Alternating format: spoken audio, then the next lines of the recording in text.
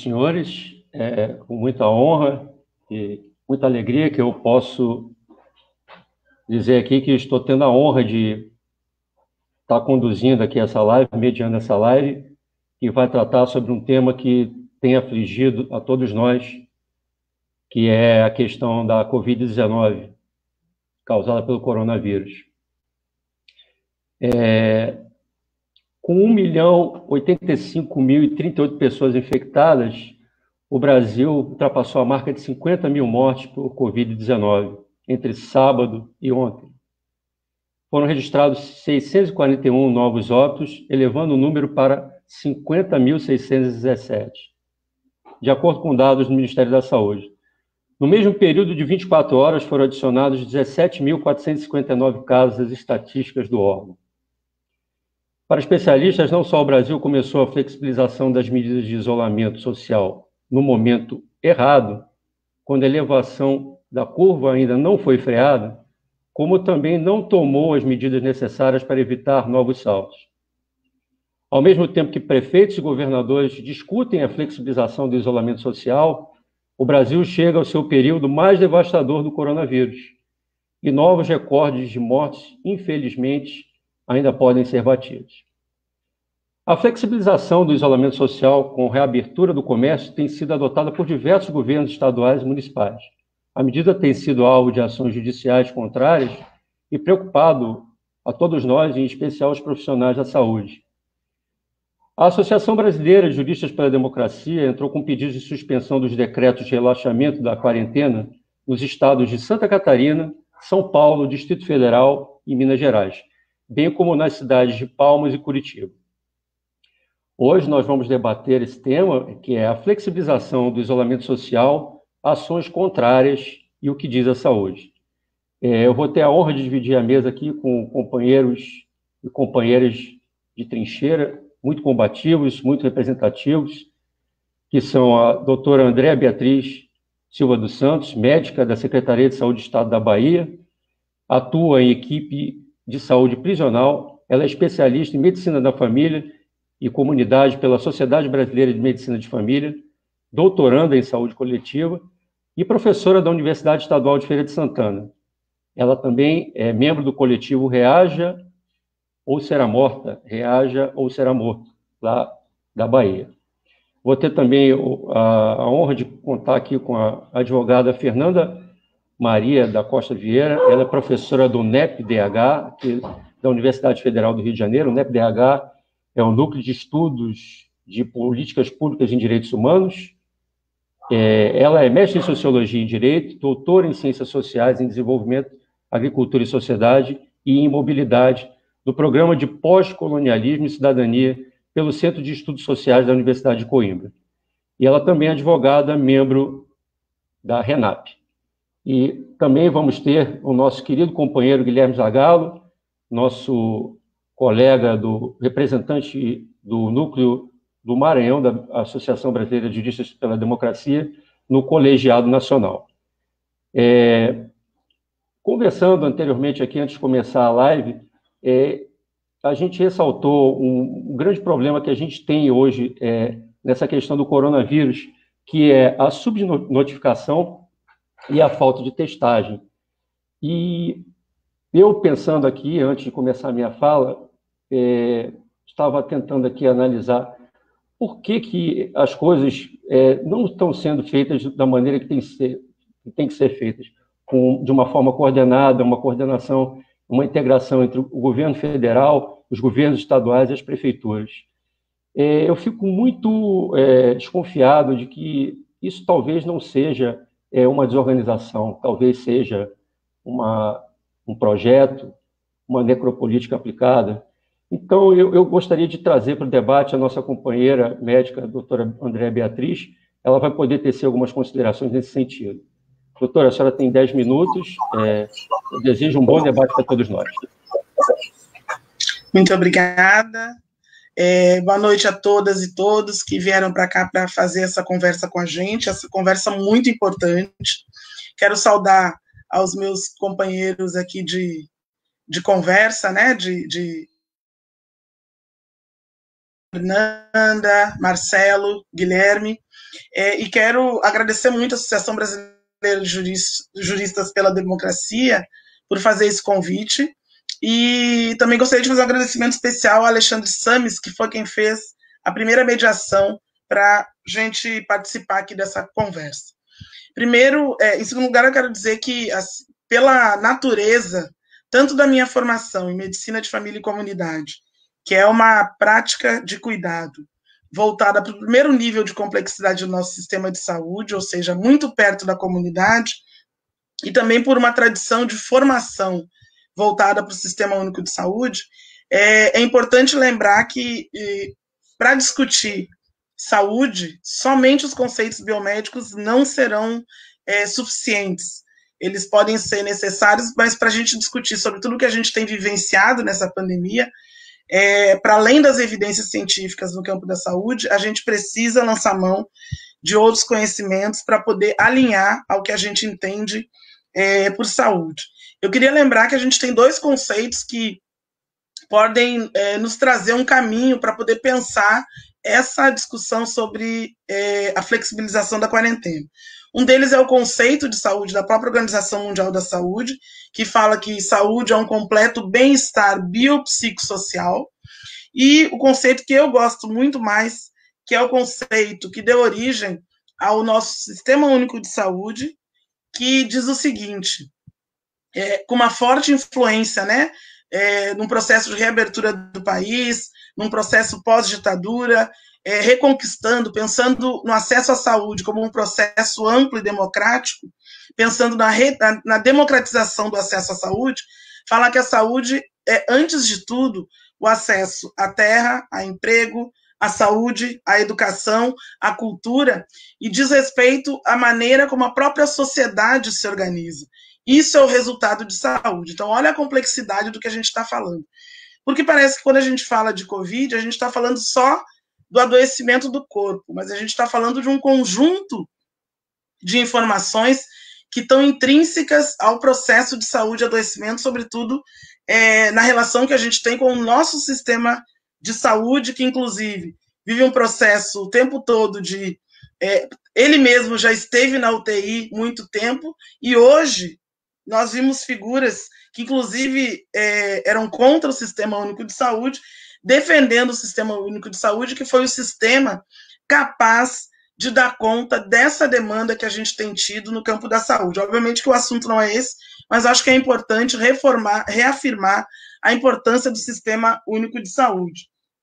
Porque, como a gente viu, os hospitais privados, eles estão dando conta das suas demandas. E as pessoas estão vivendo esse processo de peregrinação com toda essa diversidade que o Brasil apresenta, de fronteiras, de norte, sul, de leste, oeste, de centro-oeste.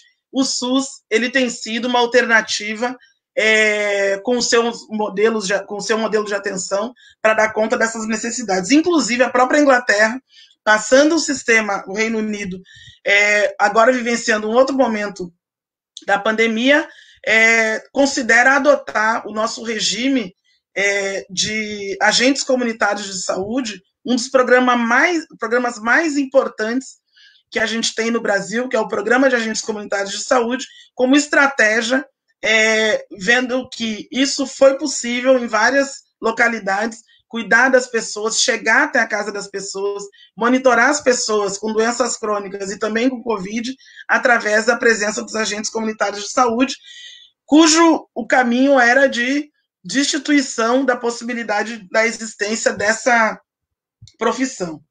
Eu queria atualizar um pouquinho os dados. Hoje, no mundo, a gente tem em torno de 8.860.000 pessoas confirmadas, e aí, primeira informação que eu acho que é importante, que o nosso mediador trouxe, que é isso, a gente tem subnotificação e a gente não tem testagem. Eu vou falar sobre isso. Então, 8 milhões de casos confirmados no mundo, 465 mil mortes no mundo, são mais de 216 países, áreas ou territórios envolvidos, então por isso que foi decretado, né, a pandemia.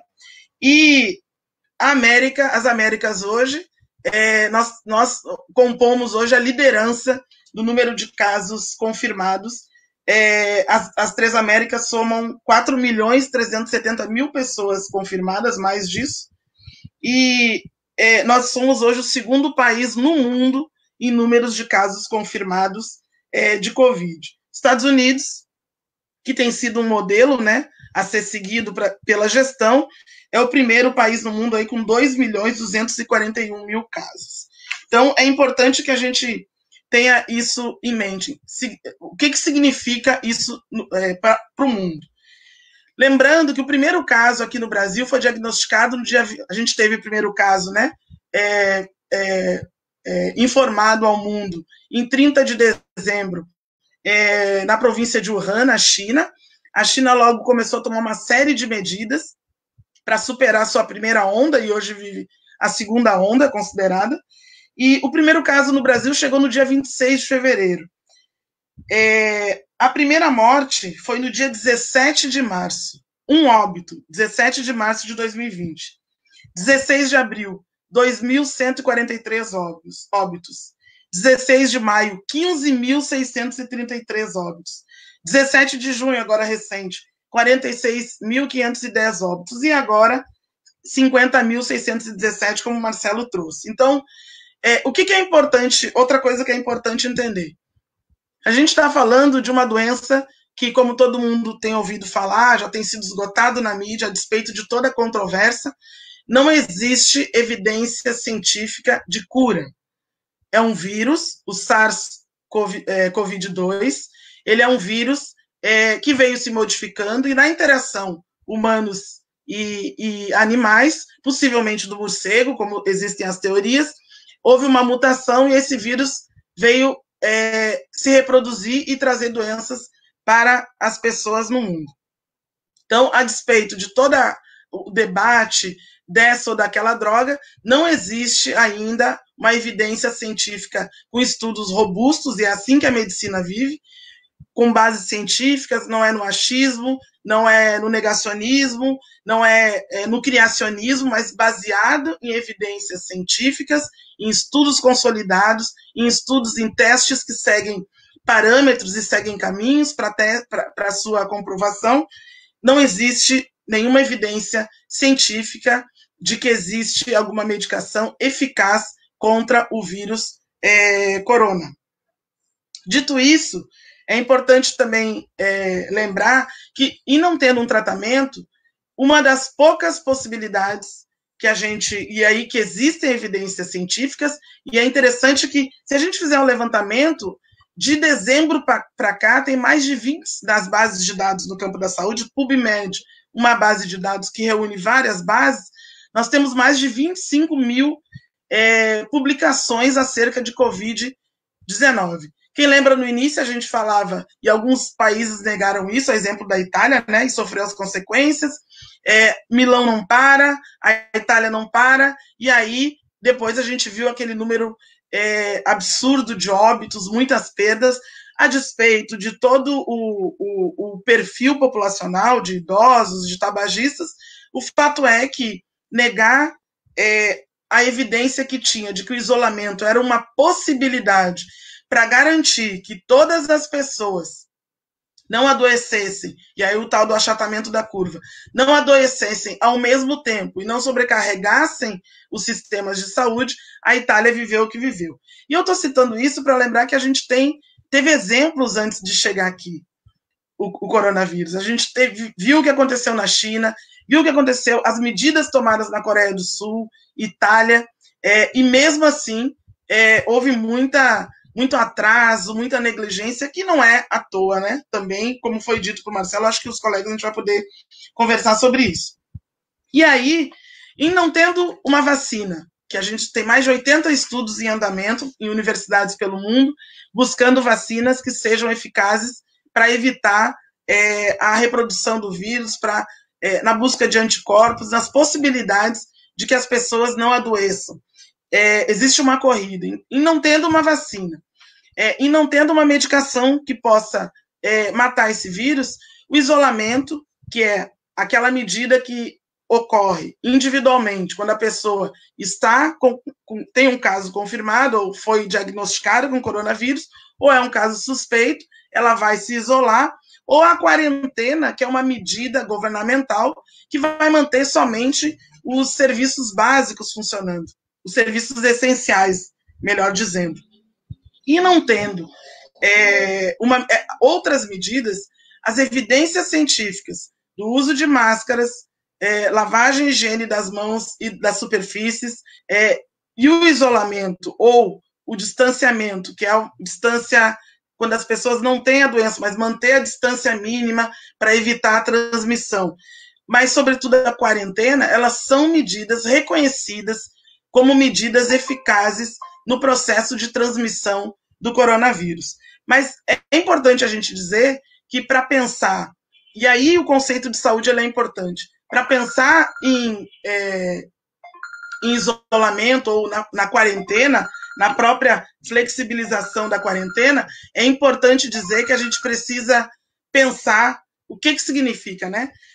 Aqui no estado da Bahia, ontem nós tivemos até para pensar, né, o que significa, para quem é essa quarentena, como que é e quais são as articulações, quais são as ações que devem e os campos que devem ter uma articulação para que a gente possa garantir que as pessoas possam ter suas vidas preservadas. A primeira delas é pensar que aqui no estado da Bahia, ontem nós estávamos numa mobilização, a Reaja, por conta de um menino que foi morto de 11 anos num bairro aqui, que não é um bairro periférico, é um bairro no centro da cidade, mas uma comunidade negra chamada Nordeste de Amaralina, e a polícia fez uma incursão no dia 14 de junho, e esse menino morreu por um tiro de fuzil. Isso tem sido uma prática visibilizada, né, às vezes ou não. A gente teve no Rio de Janeiro João Pedro, teve George Floyd, essa situação de abordagem policial, mas o que eu estou querendo dizer é que pensar em quarentena, a gente precisa lançar mão de uma série de medidas que privilegiem a vida das pessoas. E aí eu queria citar uma frase aqui de um conjunto de pesquisadores da Universidade Federal de Minas Gerais, uma carta, um manifesto, na verdade, dos professores do Departamento de Economia da UFMG, e aí reforçar, né, a importância da evidência científica, dos estudos e da universidade, o papel fundamental que ela tem para auxiliar na tomada de decisões. A professora Fernanda trabalha com políticas públicas, e se a gente está falando na seriedade de políticas públicas, a gente precisa ter respaldo científico, seriedade na tomada de decisões, e não achismo. Mas esse manifesto, parte dele diz assim, entre aspas, há quem queira que estejamos diante de uma escolha incontornável, qual seja, ou salvar vidas humanas, ou salvar a economia. É preciso denunciar essa colocação como uma aberração ética e como uma impostura científica. Ou seja, o que a gente está falando é que, e esses professores falam nisso, se a gente está levando a gestão com seriedade na vida das pessoas, não existe dicotomia, existe a necessidade de desconstruir esse discurso de Estado mínimo, os colegas devem falar melhor do que eu, e pensar que a gente precisa privilegiar a vida das pessoas. Mas pensar em quarentena, pensar em isolamento, é pensar que nós temos, primeiro, 40 milhões de trabalhadores informais, e isso não foi a pandemia que trouxe, isso já existia, esse gap grande já existia antes. A gente precisa pensar em escola, em creche, em várias outras medidas para garantir às pessoas que elas possam exercer essa quarentena. Não trazendo isso como uma dicotomia, ou a economia ou a vida, mas trazendo possibilidades, condutas, medidas que possam garantir para as pessoas que elas permaneçam vivas, numa medida que pode... porque a morte também vai ter impacto na economia, e a gente não pode construir isso como se fosse uma coisa ou outra. Eu já vou, acho que caminhando para o fim, já estou excedendo aqui, pensar nas diversas discussões que têm que ser feitas, né? A divisão sexual do trabalho, o trabalho remoto, o letramento digital, e pensar nisso não como agora, mas fazer uma reflexão sobre como tem sido isso, como isso tem chegado até aqui e como que isso, a despeito da gente achar que não, constitui o processo de saúde e adoecimento das pessoas. E aí sim pensar numa possibilidade de flexibilização. Então, eu vou seguir aqui, espero ter contribuído para essas considerações iniciais e estou à disposição.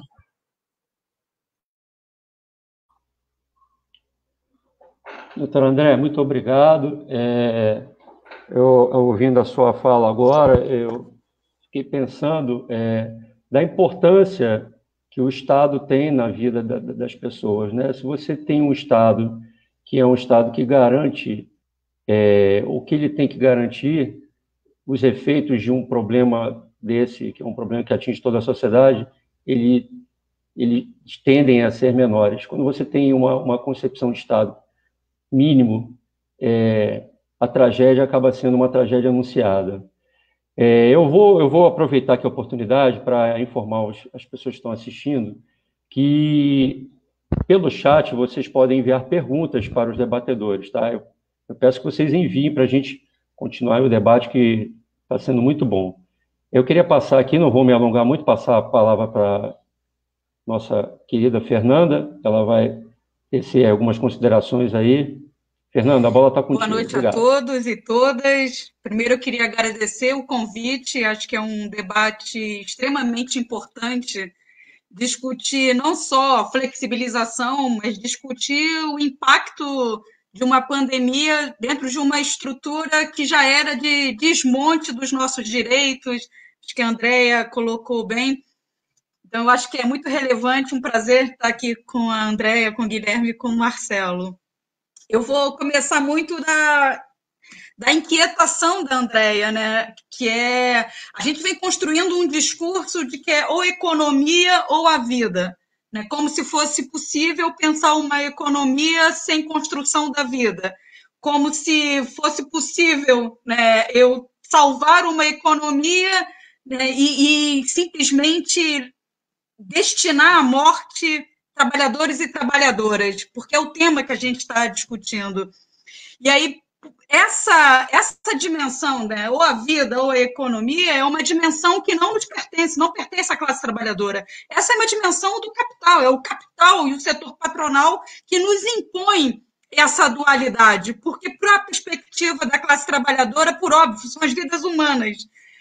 E eu acho que a Andrea foi muito feliz, porque a gente não está discutindo um cenário de crise econômica que se instaura com a pandemia.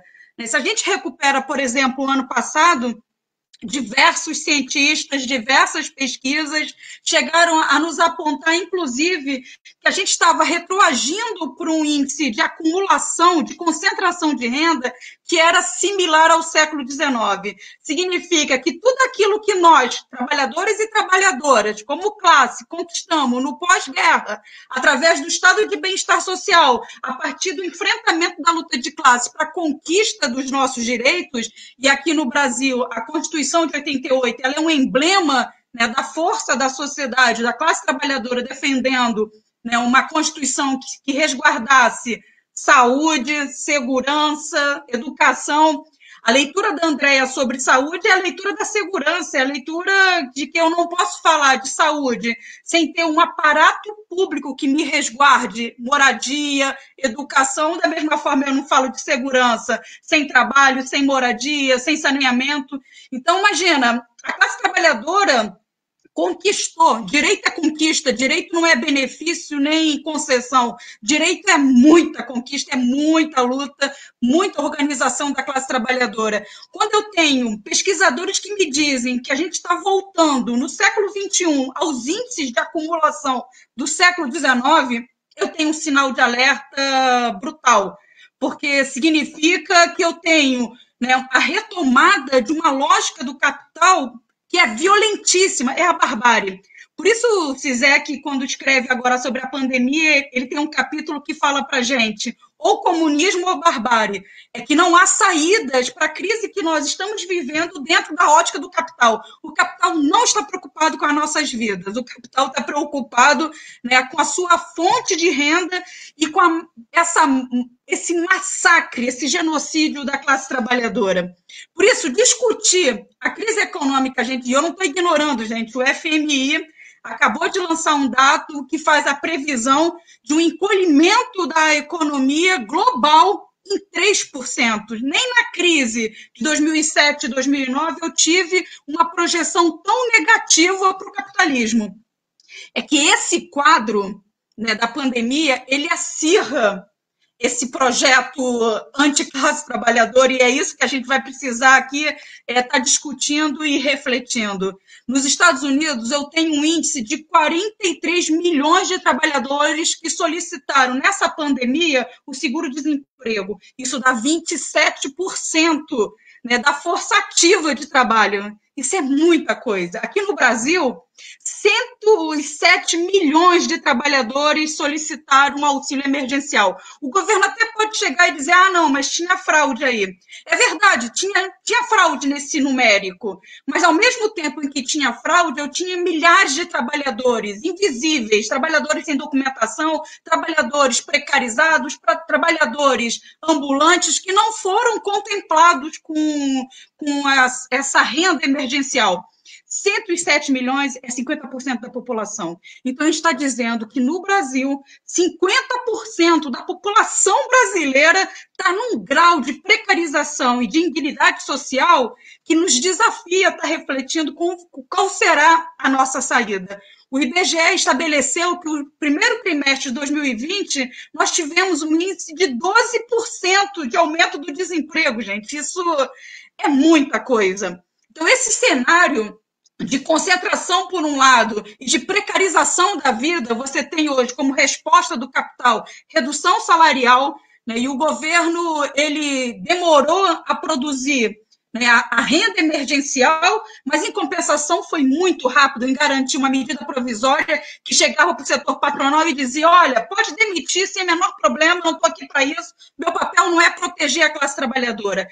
Essa dimensão do capitalismo brutal, perverso, ele está dado no momento que a gente está vivenciando. Não é pouco significativo também que todo o debate que se traça sobre a questão do neoliberalismo é compreender que caminha em paralelo a dimensão do discurso neoliberal, do desmonte das políticas públicas, da redução do Estado, acompanha um processo também brutal, né, do plano penal, aquilo que o Vacan vai chamar de Estado penal, né, que o Agame vai chamar de Estado de exceção, porque significa dizer que, diante de um cenário que empurra para precarização, para degradação, massas humanas de trabalhadores e trabalhadoras, significa que o capital vai apontar como única resposta possível de controle social sobre essa classe trabalhadora o direito penal, portanto, o encarceramento em massa, e aqui no Brasil, com uma trajetória de um racismo estrutural que nunca foi debatido, né, a gente vai ter um processo de necropolítica, um genocídio declarado e legitimado. Um genocídio tão declarado que você tem o STF dizendo, olha, Polícia Militar não pode fazer operações no período da pandemia. E ainda assim, mesmo com uma decisão dessa envergadura, eu tenho uma polícia militar que ignora essa decisão e continua promovendo, né, um genocídio dentro da classe trabalhadora mais precarizada, negra do nosso Estado, do nosso país. Então, esse cenário de resposta autoritária é um cenário também global, não é só no Brasil, né? A crise da democracia, hoje, ela se apresenta nesse patamar, né, em que a resposta para a crise do capital vão ser estruturas cada vez mais autoritárias. A figura do Bolsonaro, ela é emblemática nesse sentido, porque ele incorpora, né, quase como o tipo ideal, essa figura autoritária, incapacitada da produção do diálogo. Eu choro e vou ao enterro de um cadete, e eu não estou dizendo que essa vida não importa, ela importa, todas as vidas importam, e o movimento negro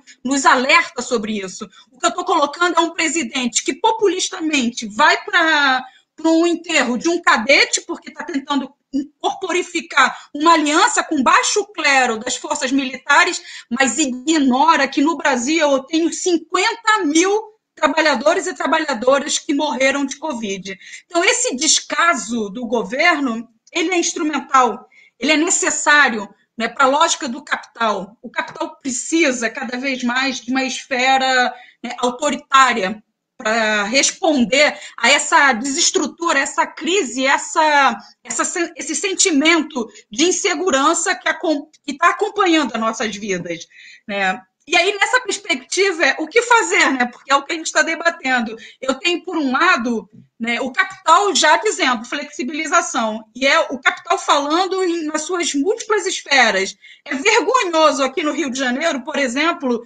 né, o Crivella funciona ao sabor da pressão das empresas. No primeiro momento, eu vou falar do meu time, porque eu estou até com orgulho disso. O Botafogo chega e diz, eu não vou jogar porque tem pandemia. Aí, ó, viu? Botafogo diz, não vou jogar porque tem pandemia. Botafogo e Fluminense. Aí o Crivella fala, não, perfeito, então eu vou cancelar os jogos. Pressão, né, da Federação de Esportes, aí o que nós temos? Uma abertura. Eu estou colocando o esporte porque eu poderia falar da educação também. Aliás, eu acho que a BJD tem que trazer um debate aqui com o Andes, né, para discutir como o capital vem impondo, né, a questão do ensino à distância, a tecnologia, como se a educação fosse só eu ter um computador e um cara falando. Então, acho importante esse debate também, porque a resposta a quarentena, aquilo que o corpo médico me diz que é preciso ter o isolamento, a resposta tem sido do capital. O capital tem me dito, não importa, a gente, né, coloca o idoso dentro da casa, eu preservo o idoso. E eu tenho o capital respondendo em várias esferas, e eu tenho o capital respondendo, inclusive, na sua expressão estatal.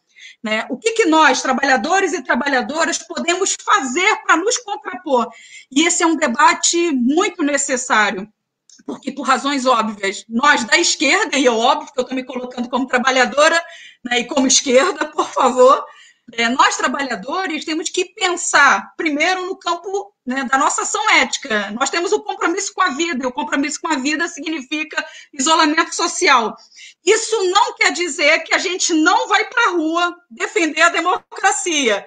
Isso não quer dizer que a gente não vai para a rua se opor ao racismo estrutural que tem assassinado impiedosamente nossa juventude negra. Não quer dizer isso. Quer dizer que a gente vem ponderando, né, novas formas de produção, inclusive de lutas, e a gente vai ter que discutir isso.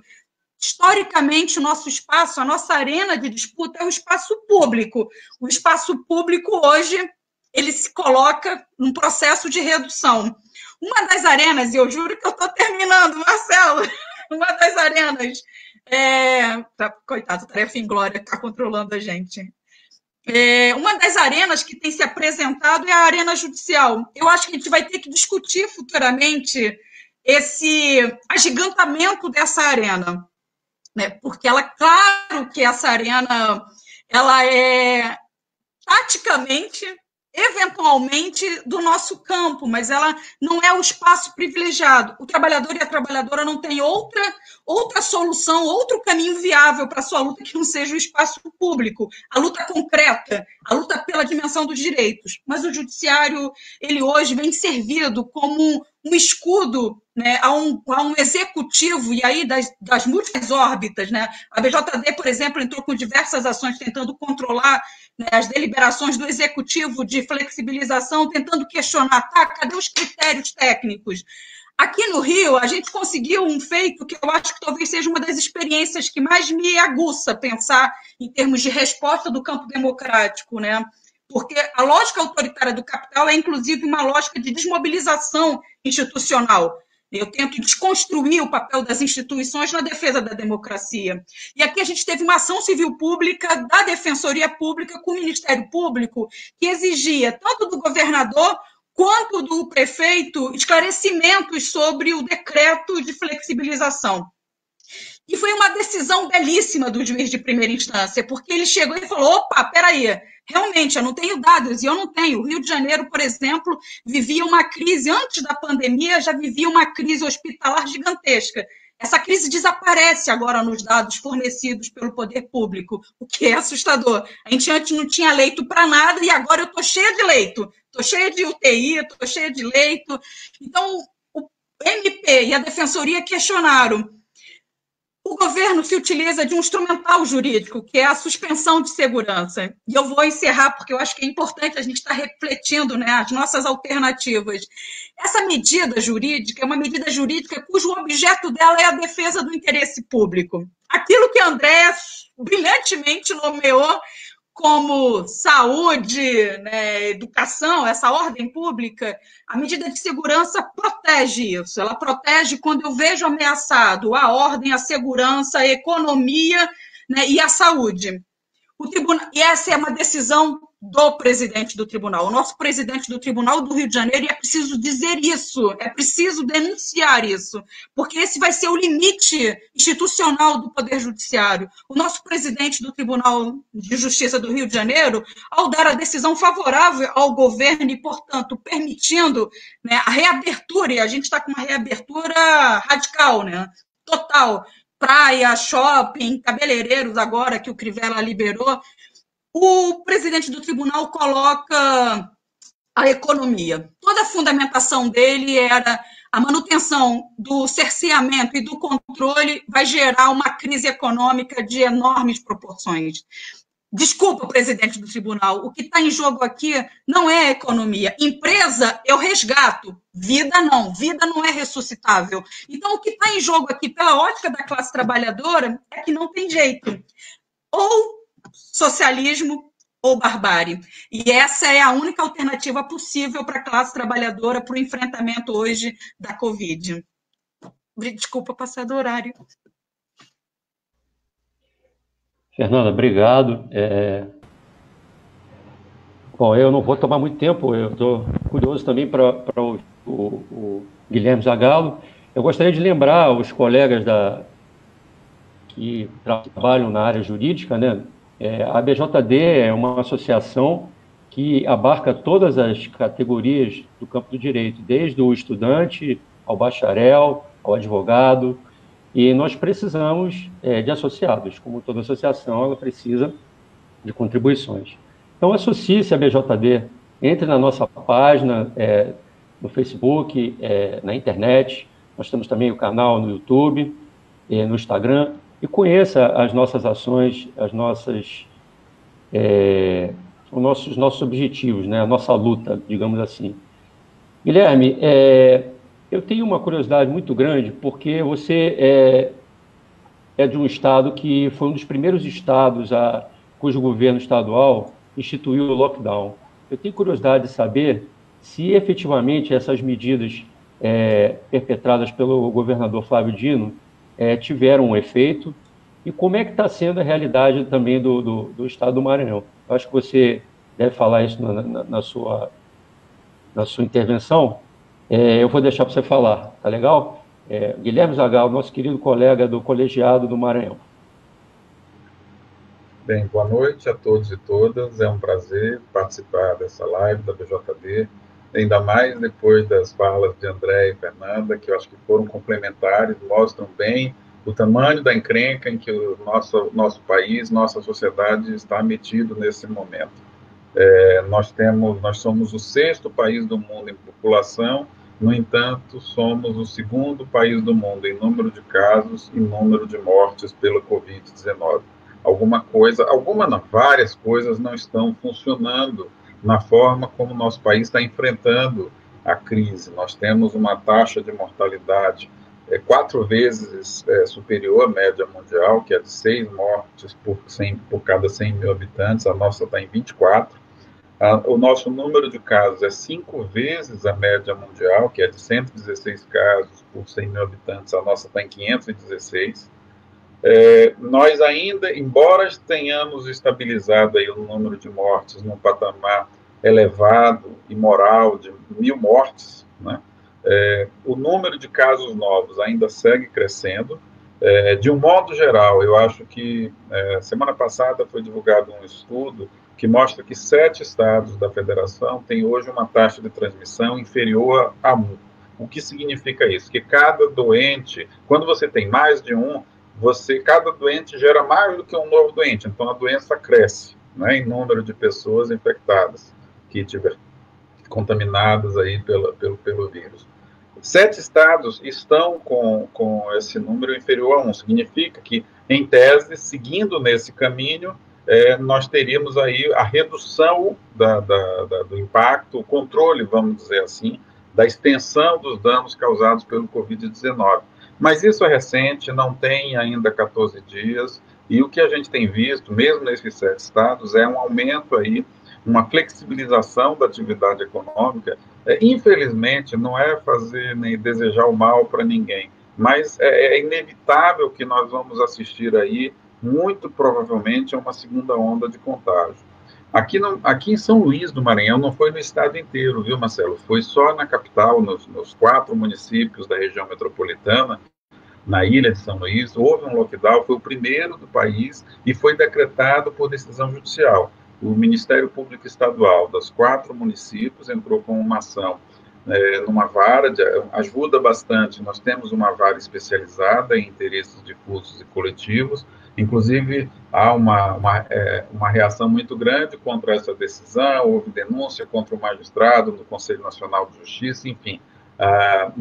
Essa decisão teve um efeito, ela reduziu efetivamente, no caso aqui da região metropolitana, o número de casos, as UTIs estão com ocupação, depois de chegar próximo a 100%, aí houve uma queda muito grande, houve uma queda sobretudo nos leitos de enfermaria destinados exclusivamente à Covid, mas nesse período a doença se deslocou para o interior do estado.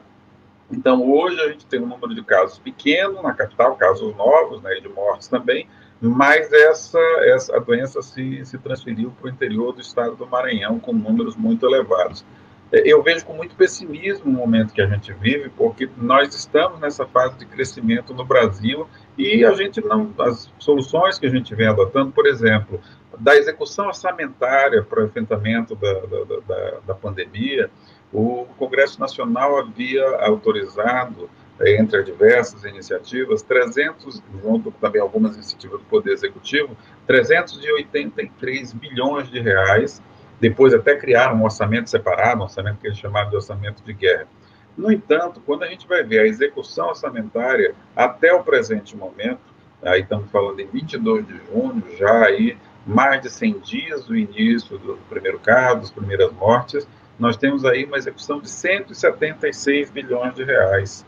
Ou seja, 45,9% só do volume autorizado efetivamente chegou para estados, municípios, chegou inclusive para ajudar a situação de algumas empresas, não funcionou o financiamento às micro e pequenas empresas que o Estado previa, a gente teve funcionando o auxílio emergencial, mas mesmo esse auxílio emergencial também com enormes problemas, porque o Estado brasileiro não estava preparado, nós temos aí 15 milhões de pessoas na informalidade, outros 18 milhões de pessoas que trabalham por conta própria, sem CNPJ, ou seja, sem nenhum tipo de vínculo mais formal.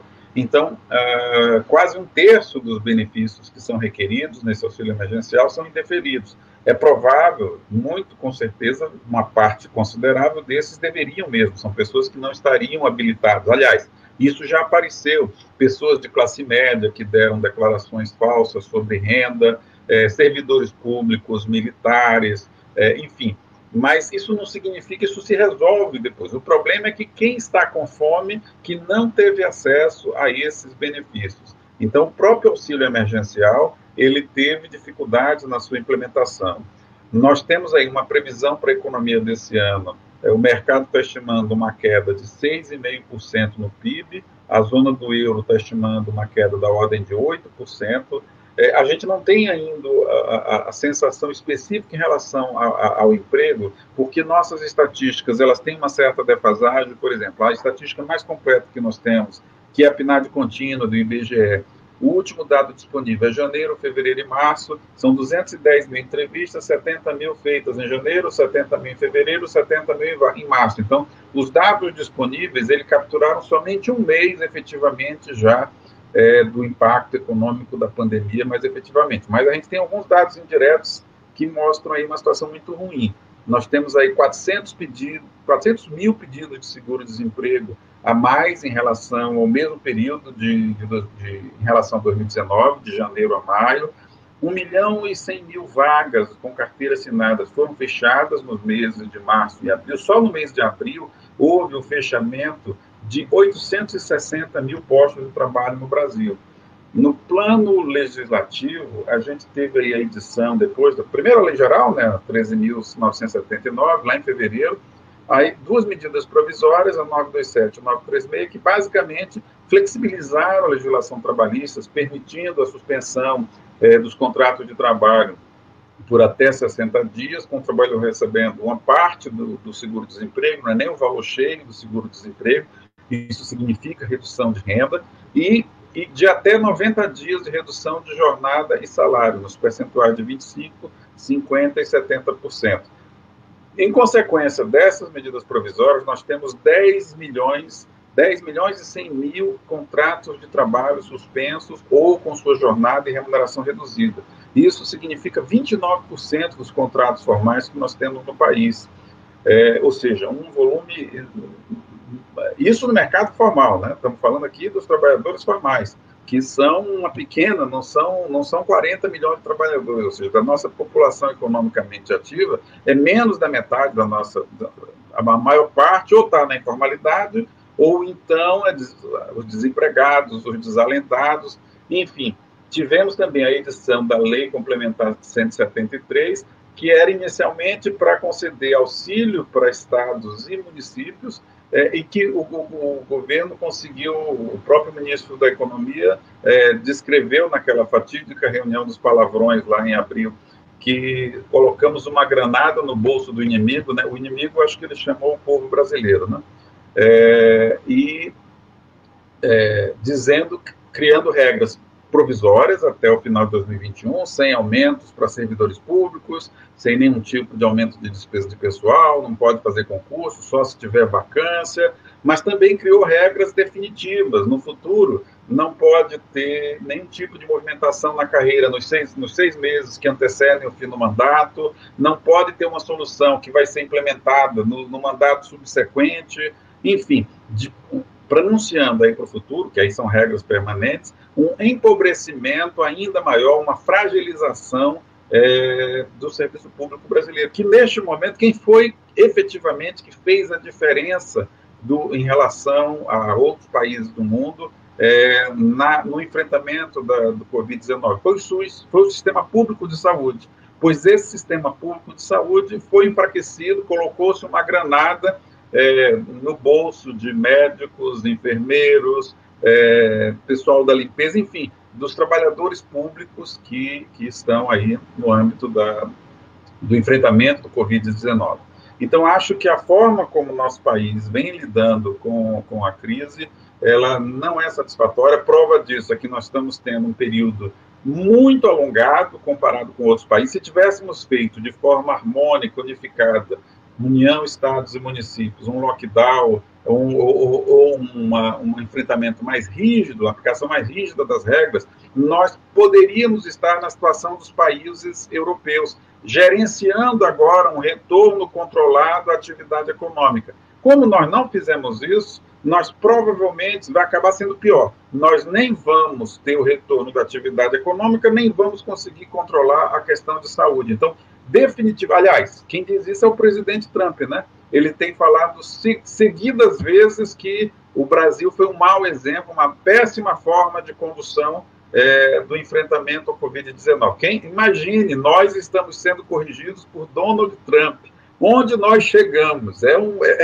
Assim, se não fosse trágico, seria uma coisa até engraçada, mas isso significa morte de algumas dezenas de milhares de pessoas que não precisariam morrer, não precisariam passar por essa situação de sofrimento dos seus familiares, de perda de conhecimento. Isso tem um custo econômico, essas pessoas vão se embora levando de forma inesperada toda uma experiência de vida, de trabalho, de processos, de vivências, enfim. Então, lamento muito a situação que nós estamos e finalizo dizendo que eu acho que a gente vai ter que lidar com essa situação por muito tempo ainda. Então, acho que, coletivamente, é uma missão dos integrantes, dos associados da BJD, da nossa sociedade, encontrar alguma forma de tentar influenciar para que essa pandemia ela seja enfrentada de uma forma diferente do que vem sendo até agora.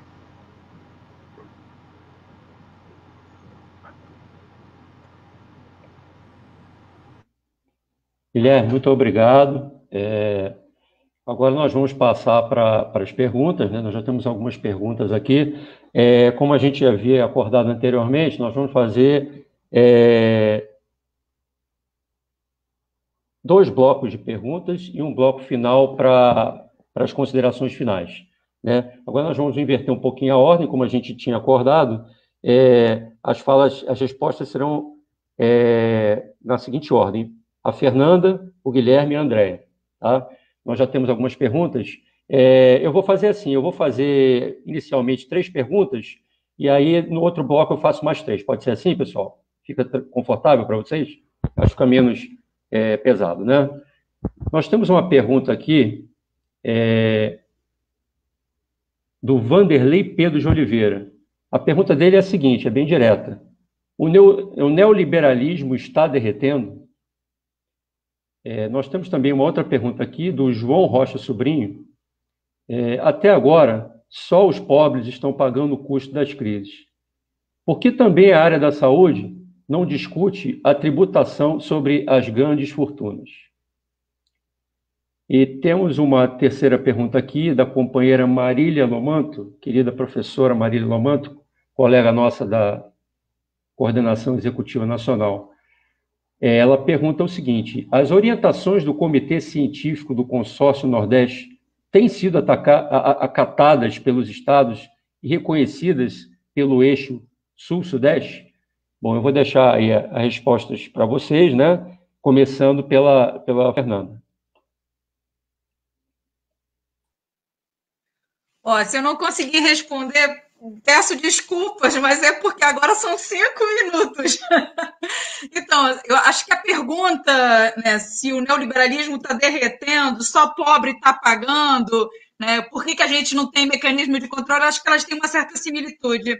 Eu não posso te responder que o neoliberalismo está derretendo. Eu gostaria de poder dizer isso, né? Mas o Marx nos ensina que a gente não faz a história como nós gostaríamos, a gente faz a história nas condições, né, objetivas e subjetivas dadas, assim, é o que nós temos. A capacidade e o fôlego do capital, né, de se reconstruir e manter as suas bases de exploração são bastante intensas. Eu acho que há um reconhecimento, em grande medida, por exemplo, todos esses dados econômicos que o Guilherme trouxe, a Andréia e eu mesmo colocando, por exemplo, da crise brasileira, né, da crise da América Latina e da crise americana, também acontece na eurozona, só que você tem, inclusive, o processo de celeridade mais reduzido, e muito pelo berço histórico de uma série de legislações protetivas do trabalho. É sempre bom a gente ter clareza do porquê que a gente teve um avanço do capital para aprovar uma lei, né, de reforma trabalhista, uma lei que, segundo o nosso judiciário, não precisa ser reformado, mas é que a ideia da modernização ela passa por jogar o trabalhador, né, no cenário sem nenhum abrigo.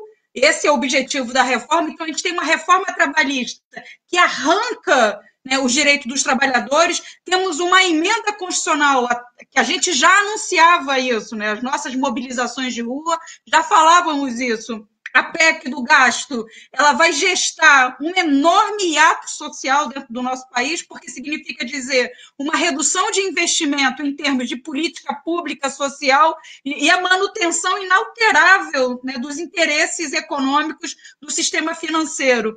Eu acho mesmo que a nossa luta, que a esquerda precisa se mobilizar e ter algumas pautas, né, de intervenção. Uma delas é a tributação sobre a grande fortuna, como você colocou. A outra é que a gente precisa urgentemente debater a PEC do gasto. Essa emenda constitucional nociva para a democracia, porque ela retira os direitos sociais, ela precisa ser extinta. Essa PEC só interessa ao Guedes e ao capital, não nos interessa. ela não tem valor para a classe trabalhadora. O negócio é a gente conseguir construir um debate público, e eu acho que é isso que desafia hoje a esquerda. Como é que a esquerda vai produzir uma unidade, um debate público sobre temas tão necessários para a classe trabalhadora, como o controle, o fim da PEC dos gastos? O Guilherme estava colocando, né, a obstrução da possibilidade de concurso público, e eu muito me preocupo, eu sou uma servidora pública federal, e eu falo para os meus colegas, o Guedes, quando entrou para o Ministério da Economia, ele dizia que queria reduzir o serviço público e os servidores públicos. Ele está conseguindo pela pandemia. A pandemia nos mata, e nos mata porque já vivenciamos, historicamente, um processo de precarização da saúde. Então, é claro que a pandemia tem impacto brutal sobre os nossos corpos, da mesma forma que tem um impacto brutal sobre a população negra. E não é porque os negros são frágeis, é porque o racismo estrutural empurrou uma massa humana da nossa população negra para uma precarização e da desassistência no campo da saúde. Então, imagina, a gente está morrendo, é simples assim, a gente está morrendo. O serviço público o servidor tende a reduzir. E a gente não está conseguindo essa reposição. Se hoje está ruim, se a gente já discute crise de leito, crise do acesso à saúde, né, a gente vai ter um cenário muito pior. Por isso é que o debate sobre a PEC, o debate sobre a tributação das grandes fortunas, né, o Congresso vive discutindo que o servidor público é o grande problema, né? E isso me irrita profundamente como a mídia vem trabalhando esse debate, né? Afinal de contas, o trabalhador privado foi colocado no desemprego. Como é que o servidor público privilegiado não tem redução? Toda a ótica que se tem é uma ótica pelo capital. A esquerda precisa unificar o seu discurso e produzir uma reação. Por isso que eu acho muito fundamental as frentes que estão sendo criadas. Eu acho que tem que ter uma frente ampla, fora Bolsonaro, fora Mourão. Acho mesmo, né, que o impeachment pode ser um instrumento de mobilização e organização popular. Mas eu acho que o grande desafio que se coloca nessa linha que vocês estão colocando, né, o neoliberalismo e o trabalhador e a trabalhadora, acho que a gente precisa pensar uma frente de trabalhadores, uma frente popular, que tenha, claro, um programa pela esquerda. Não dá mais para a esquerda ser tímida do seu projeto. E a esquerda precisa de uma ofensividade social, porque nós não vamos encontrar resposta no capital.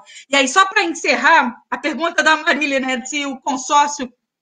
A gente tem aqui a Fiocruz, né, e a UFRJ, aqui no Rio, que eu digo, são dois grandes institutos que estão produzindo a interpretação e as saídas, né, com relação à Covid. Mas a verdade, vamos ser honestos, é que o discurso que o Estado se faz, né, eu estou obedecendo os técnicos, eu sou neutro, é um discurso fake news.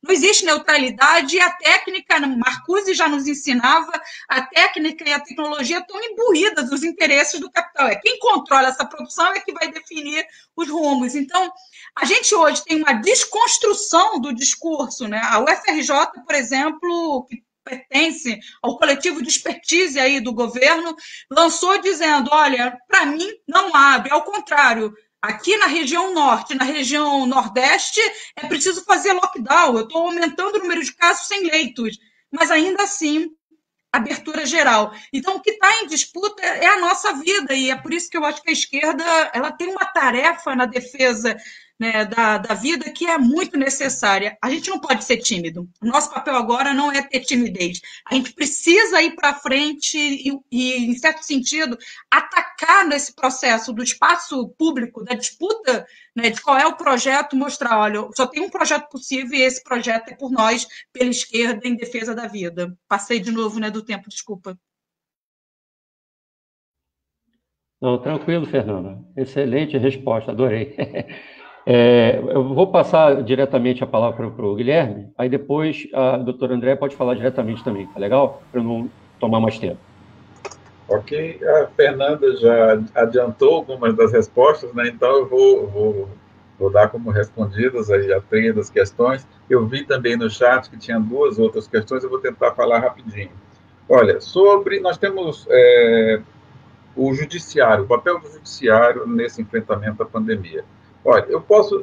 Ele foi um copo meio cheio, meio vazio. Ele poderia ter feito mais, mas tem algumas coisas importantes que aconteceram nesse processo. A principal delas, eu menciono a decisão do Supremo Tribunal Federal na ação de inconstitucionalidade 6341, que foi a que reconheceu a competência concorrente de estados e municípios para legislar sobre saúde pública. Imaginemos nós, agora, passados 3 meses dessa decisão, como estaríamos se estivéssemos só sobre as rédeas do nosso presidente da República. Vamos fazer um exercício aqui, vamos olhar para trás um pouquinho. A catástrofe, já estando no nível de catástrofe, seria muito maior do que aquilo que nós estamos vivendo. Então, acho que o Judiciário não fez o que poderia. Também reconheço que o Judiciário tem enormes limitações, por exemplo, as questões técnicas de decretar ou não um lockdown, que é uma outra pergunta que foi feita, eu acho que cabe sim um lockdown, numa segunda, terceira onda, enfim, enquanto for necessário, mas prioritariamente essa é uma decisão que tem que vir do Poder Executivo, que tem todos os dados estatísticos, que sabe como que estão a questão epidemiológica, tem profissionais capacitados, médicos, epidemiologistas, enfim. O Judiciário não tem esse suporte de profissionais para esse tipo de decisão. Então, acho que a gente também não pode exigir do Judiciário que eles substituam o Poder Executivo. Na verdade, o Executivo é que caberia, vamos dizer assim, no primeiro momento, o enfrentamento. O problema é que a gente vive num momento completamente atípico da história do nosso país, né? Não vou entrar aqui agora, acho que a gente acaba se perdendo se a gente entrar nessa... Mas nós temos... Isso é dito pelo mundo. O Brasil tem a pior liderança no nível do Executivo Federal no enfrentamento da pandemia do mundo. Isso é consenso mundial, isso. Então, acho, sim, que a gente poderia ter mais...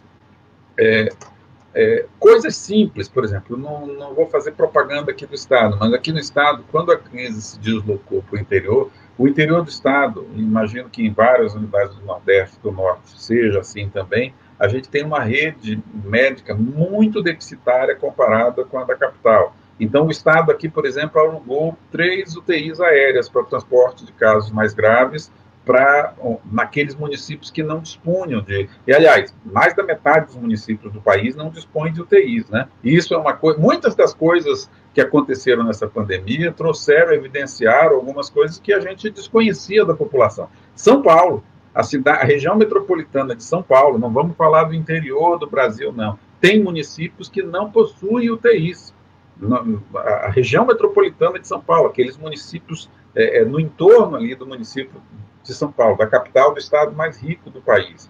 Então, isso mostra como que nós temos aí, na estruturação do nosso sistema de saúde, desigualdades, assimetrias enormes, número de médicos, enfim. Eu acho que a solução que foi dada, que foi esse orçamento de guerra, poderia muito bem ter sido enfrentado. Existe ação de inconstitucionalidade em relação à emenda 95, né, a emenda dos gastos.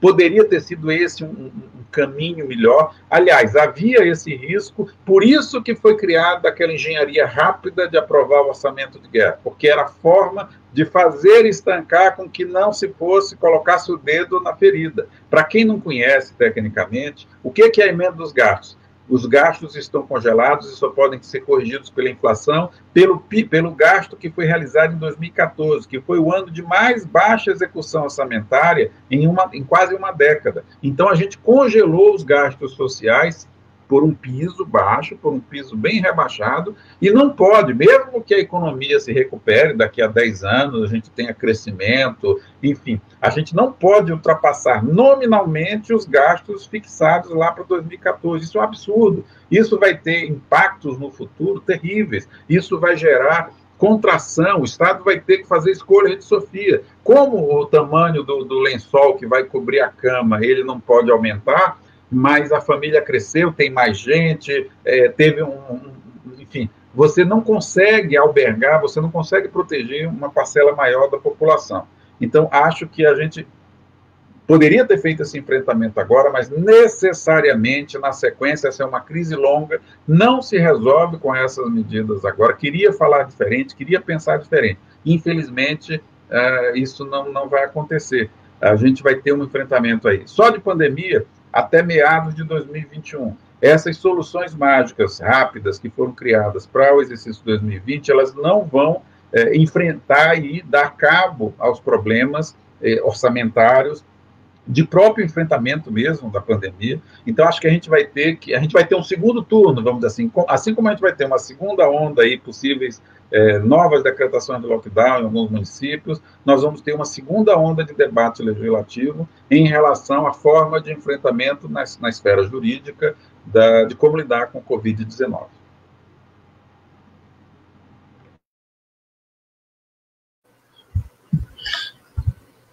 Eu acho que muito já foi dito. Uma coisa que eu queria... Primeiro, eu queria saudar João Rocha Sobrinho, foi meu colega na UF, professora Marília Lomanto, Solange Nogueira também, e outras pessoas que talvez eu não tenha identificado. Sei um pouco da trajetória dessas pessoas, mas eu queria... primeiro, uma coisa que a gente tem discutido aqui, tanto do ponto de vista dentro do sistema prisional, eu queria trazer para esse lado um pouquinho. Por exemplo, a gente tem 800 mil pessoas privadas de liberdade. E a gente não discutiu não existe um plano efetivo para pensar nem na tal da quarentena, porque, na verdade, veio a calhar, né? Suspende visitas, e foi o que aconteceu. E agora, na tal da flexibilização que se discute tanto, nenhuma autoridade discute o que vai ser feito com as pessoas privadas de liberdade. Eu trabalho numa unidade com 1.500 presos, e só o que se diz é que possivelmente até metade de 2021 não vai ter visitas. Então, o que a gente tem discutido isso, tanto do ponto de vista da atuação em equipe em saúde, quanto da organização de movimento social, organização política, é que aquela névoa que vinha sobrevoando em alguns setores o tempo todo e dizendo que, sobretudo aqui no estado da Bahia, no governo democrático popular, provocação, professora Marília, essa névoa, ela com a Covid, ela foi se esvaindo, saindo, foi subindo ou descendo, talvez, e agora a gente está conseguindo ver melhor as coisas. Na última eleição, o debate aqui era: precisamos nos unir porque existe um mal maior, existe um problema maior a ser vencido. E muitas das medidas contra os trabalhadores aqui no estado da Bahia, elas foram muito semelhantes, talvez vocês tenham ouvido falar, ao que aconteceu em nível nacional. O ataque aos trabalhadores, a negação de direitos, funcionários do Estado, muitos servidores públicos sendo demonizados, com expressões terríveis, brutalizando os servidores públicos, demonizando como se fosse o grande problema dos gastos públicos. Então, nesse momento, o que a gente está tendo condições de discutir é a necessidade de se organizar para ver como é que sobrevive a essa crise.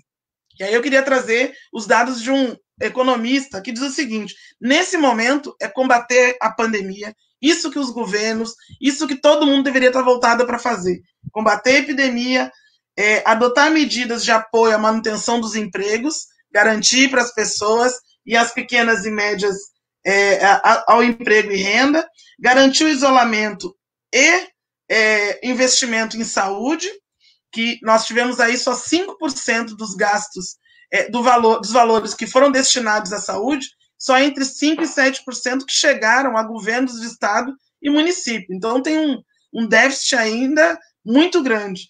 E perseguir medidas adotadas. Porque a gente está falando de uma pandemia, a gente está falando de Covid, mas a gente vai ter um estrago tão grande, e aí a gente também, no campo da saúde, considera 4 ondas, que é, primeiro a pandemia, depois o adoecimento e morte por doenças crônicas, as pessoas estão infartando em casa, as pessoas estão com doenças crônicas que estavam compensadas e que levam a adoecimento e morte, adoecendo e morrendo mais, diabetes, doença falciforme, várias doenças que deixaram de ser assistidas, e a gente vai ter uma crise muito maior ainda. Então, óbvio que é necessário um nível de organização, um nível de fortalecimento, mas a barbárie dessa crise, no sentido dessa extensão, que é preciso também que a gente reflita quais são os caminhos para poder enfrentar. Então, e isso está acontecendo no Brasil todo.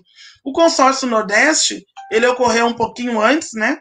E se fortaleceu aqui justamente por um enfrentamento que houve necessidade a essa gestão federal, por conta de vários acontecimentos e vários posicionamentos e efetivamente questões do ponto de vista administrativo que foi necessário. Mas é necessário também fazer a crítica, né? Se do ponto de vista de organização local, até da visibilidade que é necessário da região nordeste do país, que não ganha, que parece... A gente está falando de números, por exemplo, a região nordeste ela tem um número maior de mortes que a região sudeste, mas a região sudeste acaba ganhando maior projeção. Mas é necessário olhar, de novo, como eu falei, aquela névoa, né, que existia antes, parecia que a gente só tinha um mal maior, mas é necessário agora olhar todas essas desigualdades que foram faladas, que foram tocadas nos vários campos. Mas, sobretudo nesse momento que a gente discute, é a necessidade do enfrentamento dessa crise, dessa pandemia, olhando para o que pode vir pela frente. Eu não tenho condições de fazer essa análise se o neoliberalismo está derretendo. Eu não sei se é possível a gente conseguir entender, porque parece que está tudo muito confuso. Mas tem um professor chamado Davidson Lopes, que ele fala que, obviamente, que o mundo está se reconformando, né? O que era globalização, ele inclusive usa um termo, né, de desglobalização e talvez uma reglobalização no futuro, diante de uma nova conformação. Agora, o fato é que tem muita coisa que está sendo revelado, está se revelando, e muita coisa nova que a gente acredita que deve aparecer por aí.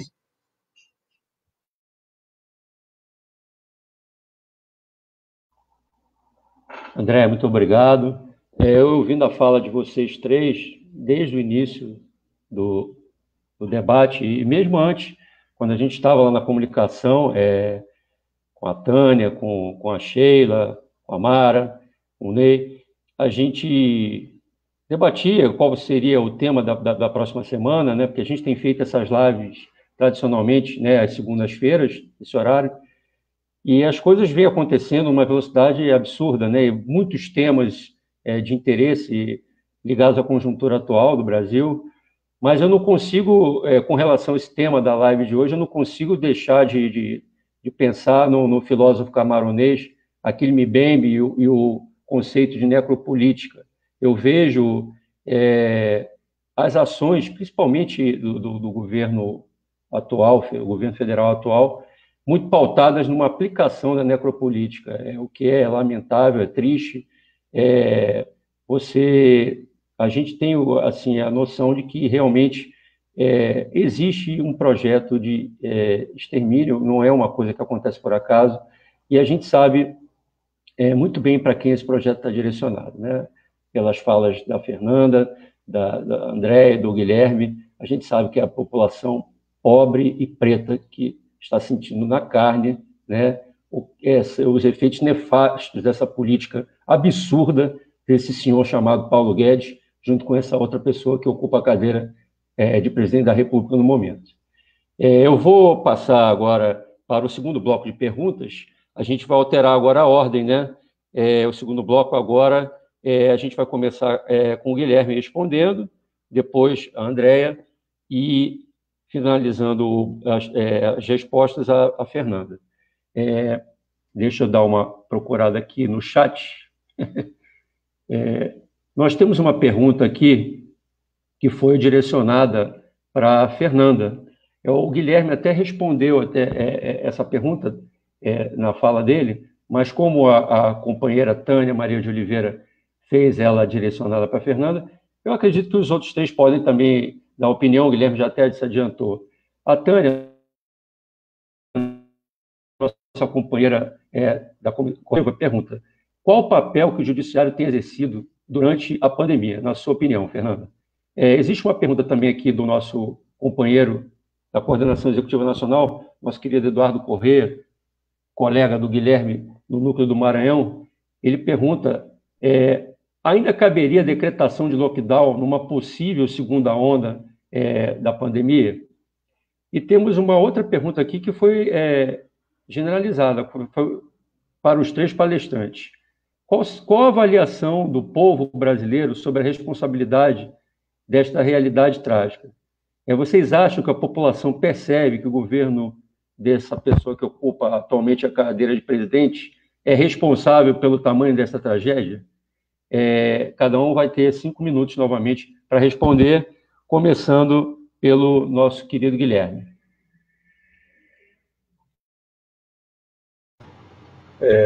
Sobre o lockdown, até já me manifestei, acho sim que é possível, mas acho que prioritariamente essa decisão tem que vir do Poder Executivo Municipal, sobretudo do Poder Executivo Municipal, né, estadual em alguns casos, quando for situações regionais ou macro-regionais, mas eu vejo também no dia a dia uma pressão enorme feita pelo empresariado sobre prefeitos, sobre governadores.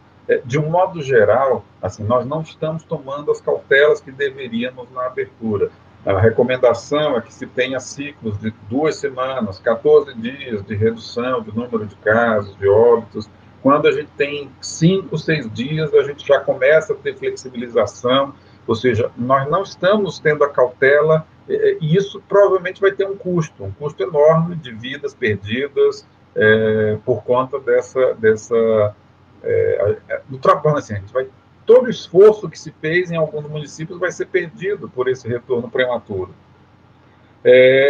Quanto à questão da avaliação do povo, a gente vive um momento realmente único na história do nosso país. A gente tem a despeito de desse desprezo pela vida humana, dessa ausência de empatia com o sofrimento dessas mais de 50 mil famílias já atingidas por essas... Isso dos que faleceram, né? Mas se nós formos pensar aí nesse 1 milhão de contaminados, quantas dessas pessoas não foram internadas? A angústia dos familiares, se os seus familiares iriam retornar, o sofrimento, se iriam retornar ou não.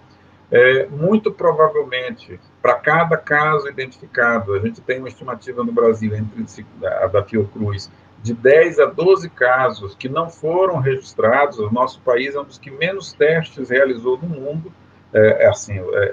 das grandes economias do mundo. Seguramente nós somos o país que realizou o menor número de testes por habitante.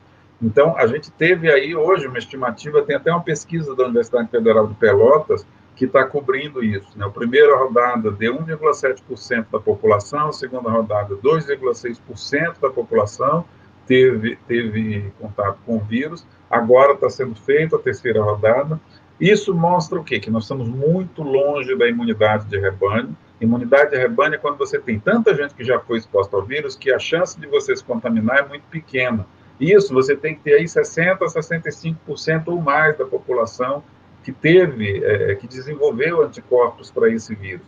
Ora, se a gente está com 50 mil mortos, centenas de milhares de pessoas internadas ao longo desse período, isso com um pouco menos de 5% da população exposta, ou seja, quantos milhares de mortos nós teremos ainda para que a gente alcance essa imunidade de rebanho? Com certeza, a imunidade de rebanho não funciona para o combate à Covid-19. O que funciona até agora realmente é o isolamento, o distanciamento social, são as medidas de prevenção, de você tentar minimizar o número de pessoas que estão expostas a esse vírus. A despeito disso, a nossa população ainda tem um percentual aí elevado, eu considero elevado, por a situação que a gente conta de pessoas que apoiam esse tipo de postura governamental, mesmo do ponto de vista de conscientização da população, a gente vê imagens. Eu tiro aqui pela minha cidade. Ontem era um final de semana, né? As pessoas, e vi no Rio também, milhares de pessoas no Rio, na praia, aqui em São Luís, na praia, como se nós não, sem máscara, a maioria, como se a gente tivesse virado a página do Covid-19. Eu acho que a gente vai ter que refletir muito, não é só a questão política também, há alguma coisa aí na subjetividade das pessoas. Não consigo, não tenho conhecimento, me declaro incompetente para avaliar como que isso está acontecendo, a despeito de todo esse sofrimento das pessoas. Hoje, não há brasileiro que possa dizer assim, não tive contato, ninguém que eu conheço, ou algum amigo de algum familiar meu, enfim, todo mundo, de alguma forma, teve contato com alguém, ou que foi internado, ou que veio a falecer. A doença, ela não é mais, não são números agora, são nomes, para a maioria da população brasileira. E, no entanto, a gente ainda vê muita resistência. Alguns não podem, alguns estão sendo forçados a trabalhar sem fornecimento de EPIs. Para alguns, isso não é uma decisão, é uma imposição. Mas muitas pessoas se submetem a essa condição. Não consigo compreender, viu, Marcelo? Eu acho que não tem algo específico, mas eu queria complementar sobre como que as pessoas estão vendo, né? Eu acho que eu queria reforçar. A gente considera que uma névoa que pairava, né, por achar que a gente estava num certo caminho, ela foi desfeita agora. Então, de uma maneira geral, as pessoas ficaram muito confusas no início, né? Pega, não pega, mata, não mata, é uma gripezinha ou não é. A senhora está dizendo que eu tenho que me distanciar, mas o governo federal está falando uma coisa, entra ministro, sai ministro, cai ministro, vem ministro. Então, tudo isso gera, de alguma forma, uma confusão tão grande que eu também não tenho nenhum estudo sobre esse fenômeno, mas a gente pensa que isso não se restringe ao que está acontecendo agora.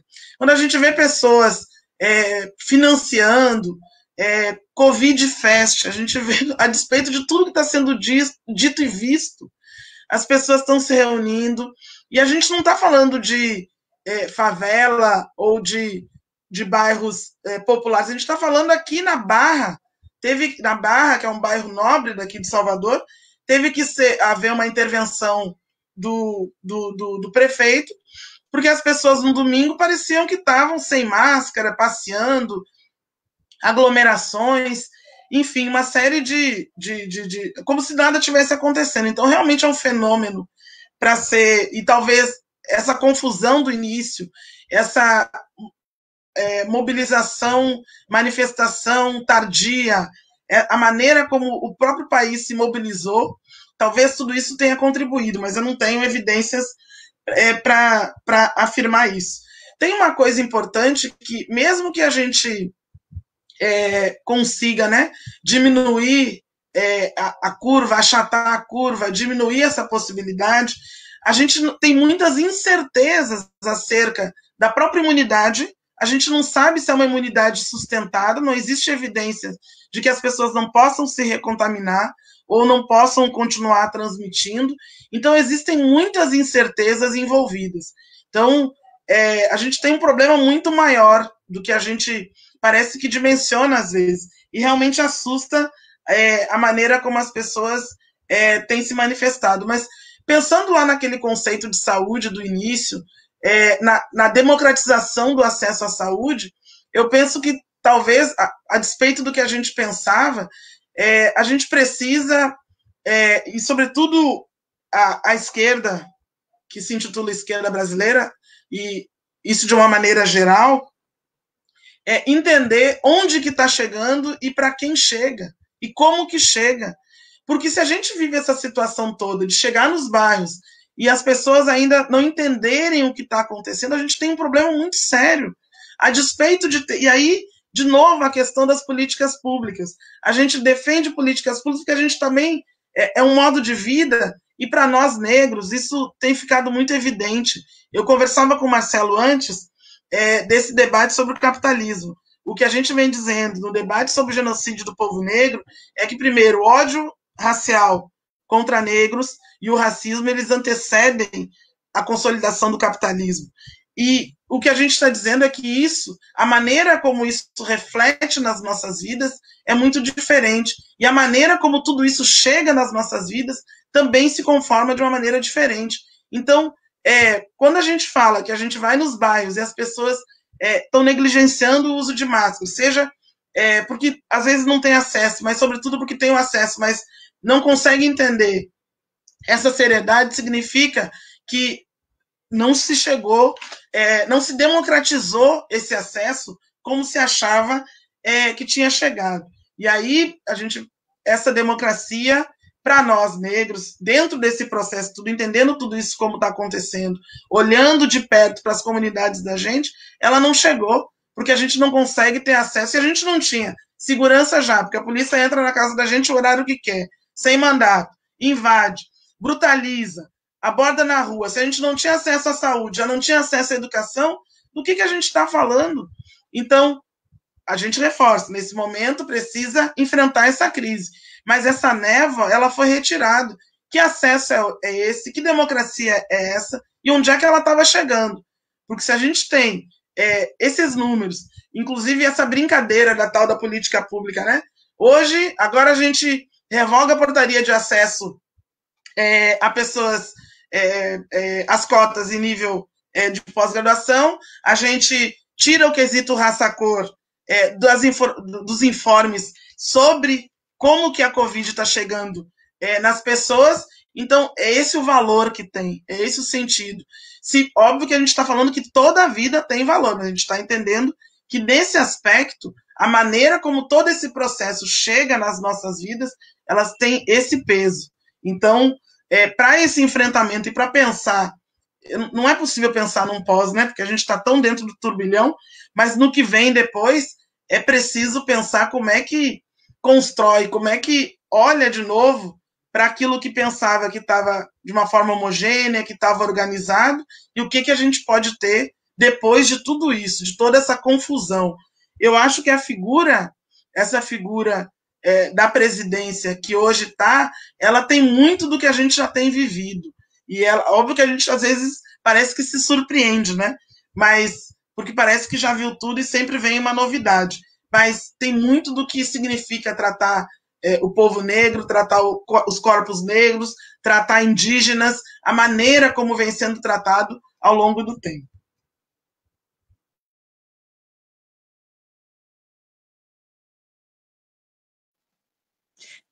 Sou eu? Pode, Marcelo?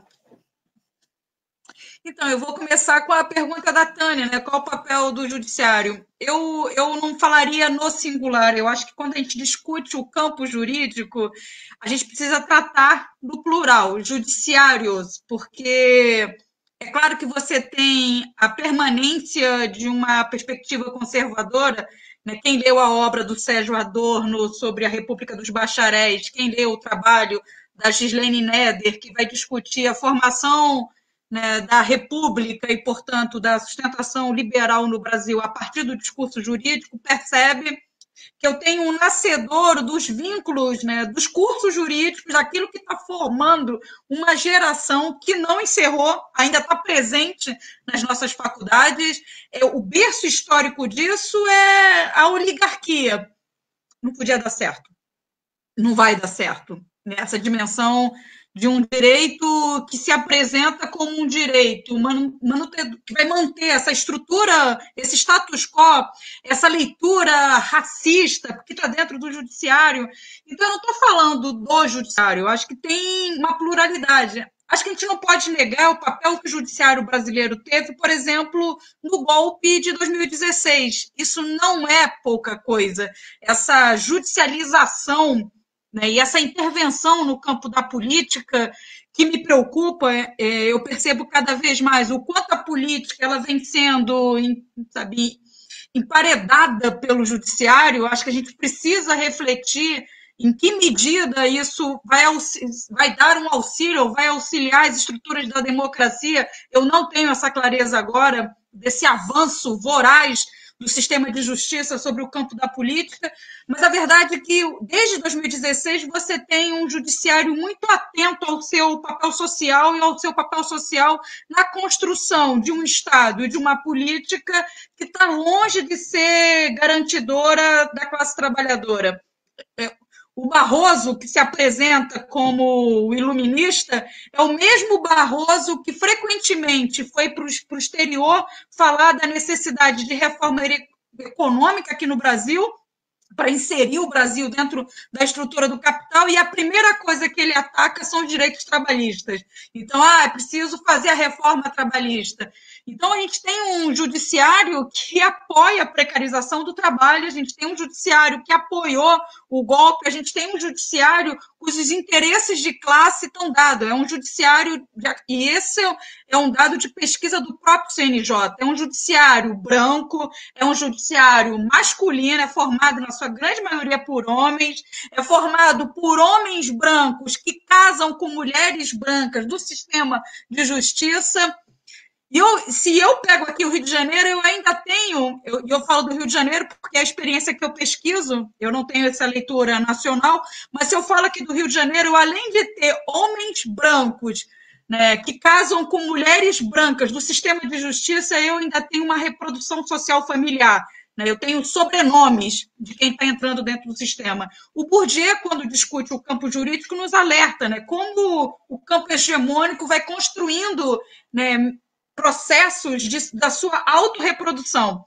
Isso significa que eu vou jogar fora? Não. É que não dá para fazer isso. Eu não posso ignorar o papel, por exemplo, né, de intervenção do Ministério Público Federal, da Sexta Câmara, que vem tendo um debate fundamental diante do governo Bolsonaro na discussão da questão agrária. Eu não posso ignorar a Sexta Câmara, o Ministério Público e a pressão sobre o Judiciário com relação aos direitos indígenas. Eu não posso ignorar, né, o papel que o MP, a Defensoria, eu estou falando do campo jurídico no sentido alargado, de sistema de justiça, vai ter na garantia e no controle, por exemplo, de algumas decisões judiciais. Mas, ao mesmo tempo que eu tenho essa dimensão, que eu não posso ignorar, eu tenho um CNJ que tem uma recomendação, para pegar um tema de diálogo com a Andréia, uma recomendação número 62, que fala, olha, pandemia, população carcerária, eu preciso reduzi-la, eu não posso aumentá-la, porque eu estou vivendo pandemia. Eu vou ter um sistema de justiça, e aí é um olhar ideológico extremamente conservador, eu diria que, inclusive, em alguns casos, é a barbárie mesmo, o descaso com que o judiciário vem tendo sobre o sistema, né, carcerário, o descaso do judiciário com relação à população carcerária e o argumento de que a Covid foi controlada no sistema carcerário. O mesmo judiciário que vem controlando e mitigando as formas de flexibilização é o mesmo judiciário que olha a população carcerária e diz, né, igual ao presidente da República. E daí? Então, é uma ambiguidade. A gente tem que se valer dessas ambiguidades para produzir as respostas. Esse ainda não é o judiciário que eu acho que nós precisamos e podemos ter. Esse é um debate que a esquerda precisa travar, do modelo de judiciário que nós queremos. Né? O que eu quero do sistema de justiça? E eu não digo só o papel que a gente vem desempenhando na discussão da nomeação para o STF. Eu digo mais ainda, a gente precisa discutir, inclusive, os critérios de concurso público. Eu não faço ideia do porquê ainda hoje, né, a lógica dos concursos públicos é o Melville, o Mélcio, toda aquela baboseira do Código Penal que a internet hoje me possibilita ter acesso rápido aos códigos. Eu não preciso saber disso.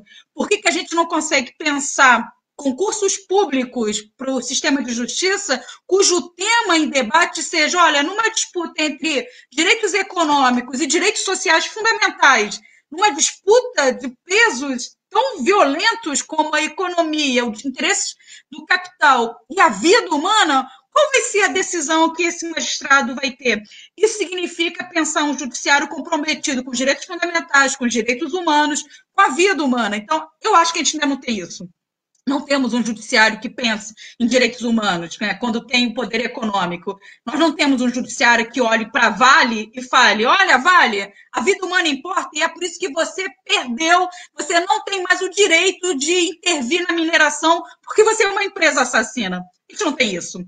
Então, acho que a gente precisa construir. Só para concluir, porque eu acho que é importante essa pergunta sobre a sociedade brasileira, a população, o povo, essa generalização, eu não gosto muito dela, mas essa generalização, está percebendo? Eu acho que a Andréia falou super bem, assim, esse é o nosso grande desafio, é compreender o quanto a sociedade, o senso comum, e o Gramsci já nos alerta muito quando ele está discutindo o fascismo na Itália, né, o papel da construção, né, ideológica, né, da visão de mundo, do eto social dentro da sociedade.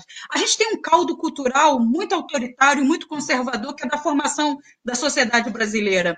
Se a sociedade está vendo o Bolsonaro, eu acho que a gente não pode falar. Acho que existem estratos da sociedade que já entenderam que eu tenho ali um discurso de morte, um discurso autoritário, mas eu tenho estratos da sociedade brasileira que está dizendo para a gente que é isso mesmo. Qual é a melhor forma de eu acabar com a violência? É matando o bandido. Então, pena de morte, sim. Armamento, sim. A gente não pode ignorar que foi eleito, mesmo com fraude, que se teve fraude, foi eleito. Há um caldo cultural que a gente precisa intervir e dialogar. E é intervir e dialogar, inclusive, para isso, para uma projeção de um projeto democrático. E discutir democracia é discutir, por exemplo, a necropolítica, é discutir o patriarcado dentro da sociedade brasileira, é pegar temas que a gente não quer discutir, não quer fazer. Então, eu acho que é um super mega desafio aí. Dessa vez, acho que eu nem passei tanto. Não, tá ótimo. Obrigado, Fernanda. Bom, a gente agora vai passar para as considerações finais.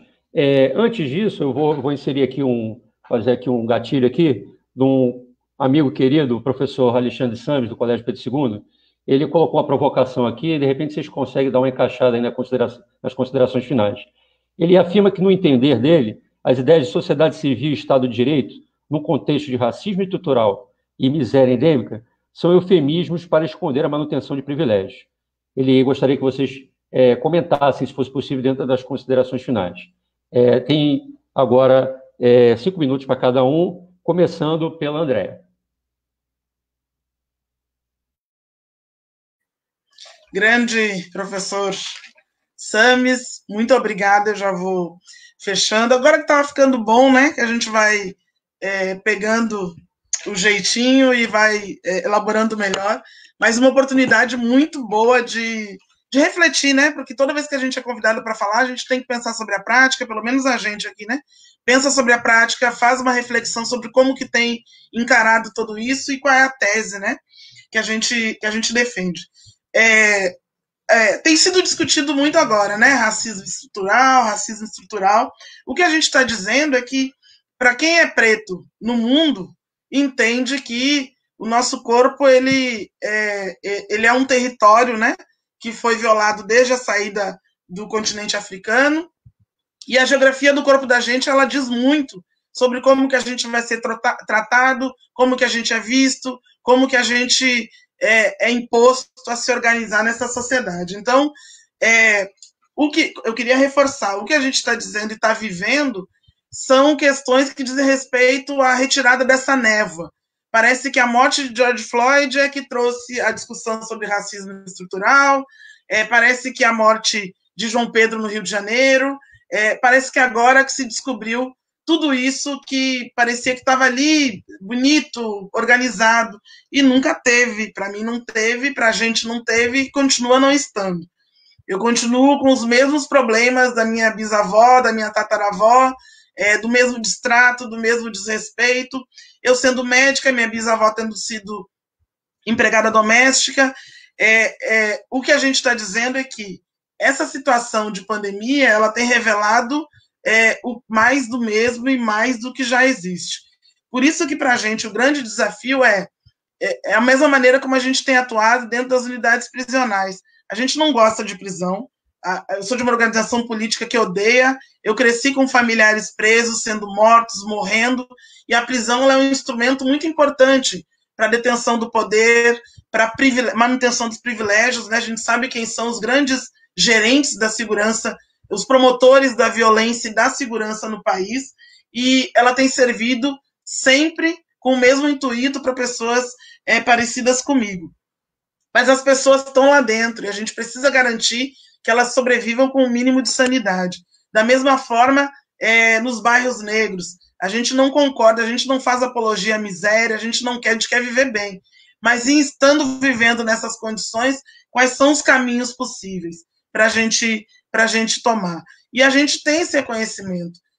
O que a gente tem dito é que existe uma prática que é do genocídio do povo negro, com tudo que a gente tem dito, eliminação física, espiritual, moral, emocional, tudo que diz respeito à nossa vida tem sido num nível de matar e de eliminar, e de diversas formas. E a gente vem convivendo com isso há muito tempo. E, ao mesmo tempo, isso promove, né, o fortalecimento da supremacia branca. Isso a gente nunca teve dúvida, a gente tem dito. Para a gente, quando se fala na figura, quer dizer, o quanto cega, né, uma figura com esse presidente, a gente está falando de um homem branco e que revela todo o poder que a gente sabe que sempre houve no Brasil, toda a violência que sempre foi protagonizada com pessoas que reveladas por esse perfil, né? Quando a professora Fernanda fala do judiciário branco, homens brancos que casam com mulheres brancas, que têm filhos e famílias brancas, a gente está falando da reprodução dessa supremacia e desses privilégios. Cabe a nós, que somos pessoas negras, que estamos nos organizando, entender de que forma que a gente vai buscar uma saída para isso. Agora, nesse momento, a gente precisa sobreviver a essa pandemia. O tempo já acabou, isso?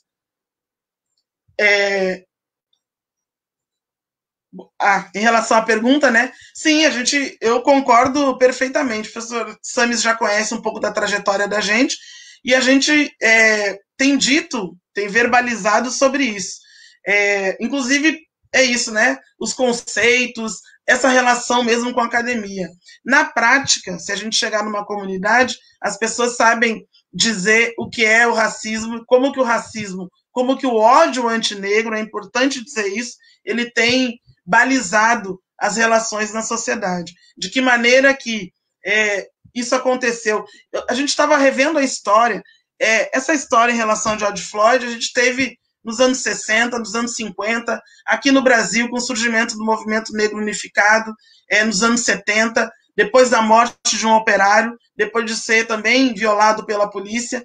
Quer dizer, essa é uma história repetitiva e que parece que, ao longo do tempo, tudo que se considera benefício, a gente não tem como considerar processo de redemocratização do país, abertura do país, fim da ditadura. Quer dizer, ao longo do tempo, a situação, os corpos negros, as vidas negras, elas passam da mesma maneira, com um acirramento, né? Na medida em que a gente vem se organizando e vem se orientando, a gente tem um acirramento. Hoje, todo mundo fala, né? Tem, inclusive, uma rede de televisão aí, que hoje praticamente é uma rede de comunicação de esquerda, né? Que bota negros na televisão, que está criticando inclusive o presidente, né, que é incrível, mas a gente não pode esquecer como é que essa história se conforma, e essa perspectiva do supremacismo branco, da manutenção, eu concordo plenamente, e é isso que a gente tem dito, contra isso que a gente tem lutado.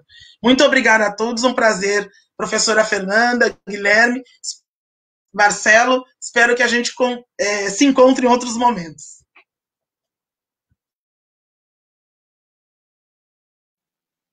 Só Fernanda, por favor. Não, então, eu acho que, de fato, a gente precisa recuperar nos nossos debates essa noção de branquitude, mas que a Tula Pires, que é uma pesquisadora negra sobre esse conceito, ela nos alerta. E não só ela, né? A Conceição Evaristo está aí para dar uma demonstração de diversas obras que vai discutir isso. A gente tem um processo histórico que por razões óbvias, não começa na modernidade, mas que a modernidade absorve, né? Que o rebaixamento do ser social negro ele está na estrutura da formação do pensamento social moderno.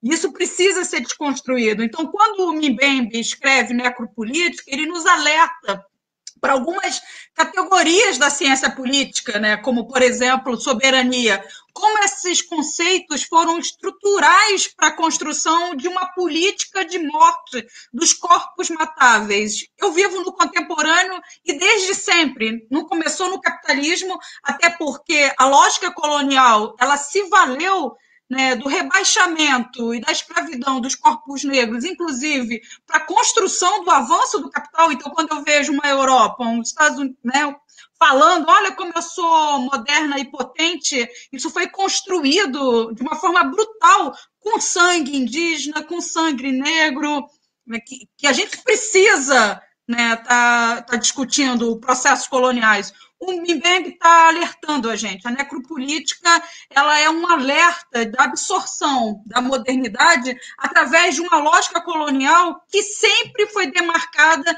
por um princípio universal branco. Por isso a categoria branquitude, que traz em torno de si uma série de privilégios, e são privilégios mesmo. A nossa luta no campo da esquerda não pode ser pelo privilégio, é pelo reconhecimento da necessidade dos direitos, e o dos direitos significa, inclusive, eu entender que eu, como mulher branca, como mulher eu sofro os embarreiramentos de uma sociedade patriarcal.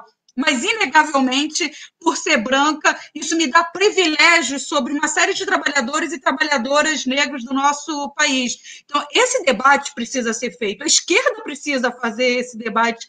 E temos uma esquerda institucionalizada que também é muito branca. Então, são muitos desafios que se colocam para a gente, né?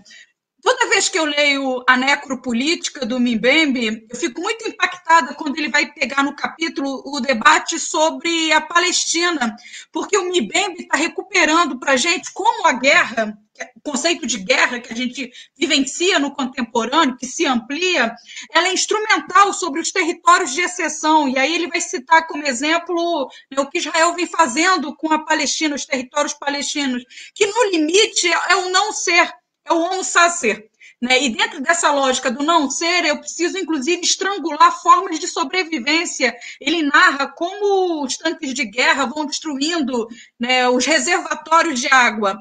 Eu leio o Mbembe, leio Palestina e eu vejo as favelas brasileiras, sabe? Eu vejo o tratamento que o Estado, através do seu braço armado, a polícia militar, tem, que entra num território e desconstrói a possibilidade da existência. Então, a gente não pode falar em Estado democrático de direito se eu não estou conseguindo, né, reconhecer uma política que ultrapassa a lógica da formação do capital, que é o do rebaixamento dos corpos negros.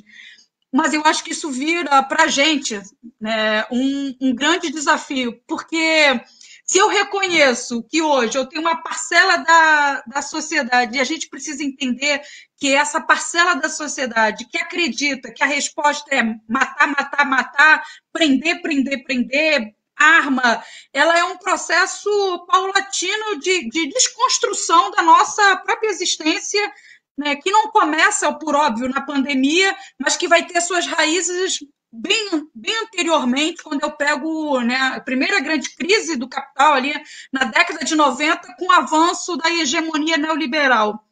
Esse território ele vai desmobilizando o nosso papel. É que a gente não se deu conta, só que agora a gente percebe o quanto a política de hegemonia na década de 90, por um Estado mínimo, por uma política de controle fiscal, que a gente tem que ter só um único receituário, como isso gestou, né, uma série de transformações no mundo do trabalho, no mundo da vida. Chegamos ao século XXI com esgarçamento social, alguns autores chamam de darwinismo social, juro que eu vou concluir, um darwinismo social bastante intenso, que justifica, né, a barbarização da vida, ela aponta como sua resposta mais imediata à questão da violência.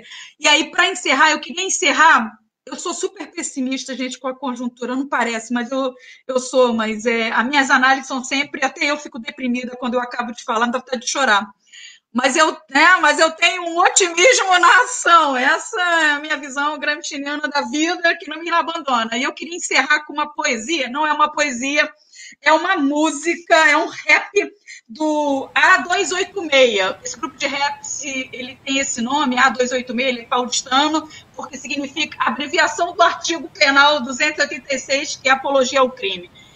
E a música, né, o rap, a poesia, ela se chama É Nós por Nós. E eu vou só ler um pequeno trecho. Aqui o exército dos excluídos sem alistamento para a guerra, o treinamento base é o sofrimento. A história me manipulou a não reagir à tortura, ao preconceito. E olha o que sobrou para mim: exploração, miséria, humilhação, favela. Não estou aqui porque quero mais, já que amo é sem trégua. Se a polícia é o braço armado do Estado contra o pobre, o crime é o braço armado da favela contra o nobre. Viva por tudo aquilo que você acredita. Morra pela verdade que te dá a vida. Quem fortalece o rap não desiste, não se entrega. A boca só se cala quando o tiro acerta. Quem é que vai cantar a dor que nós sente? Quem é que vai sangrar na linha de frente? Quem é que vai somar, fortalecer a corrente? Se não for nós por nós, quem é que vai ser pela gente? Não tem jeito. Para a classe trabalhadora, é nós por nós. Nós precisamos nos unir e produzir um projeto pela perspectiva da classe trabalhadora. Quem está desafiado é a nossa permanência, é a nossa vida, é a nossa humanidade. Com o capitalismo, a nossa humanidade não persiste. É isso.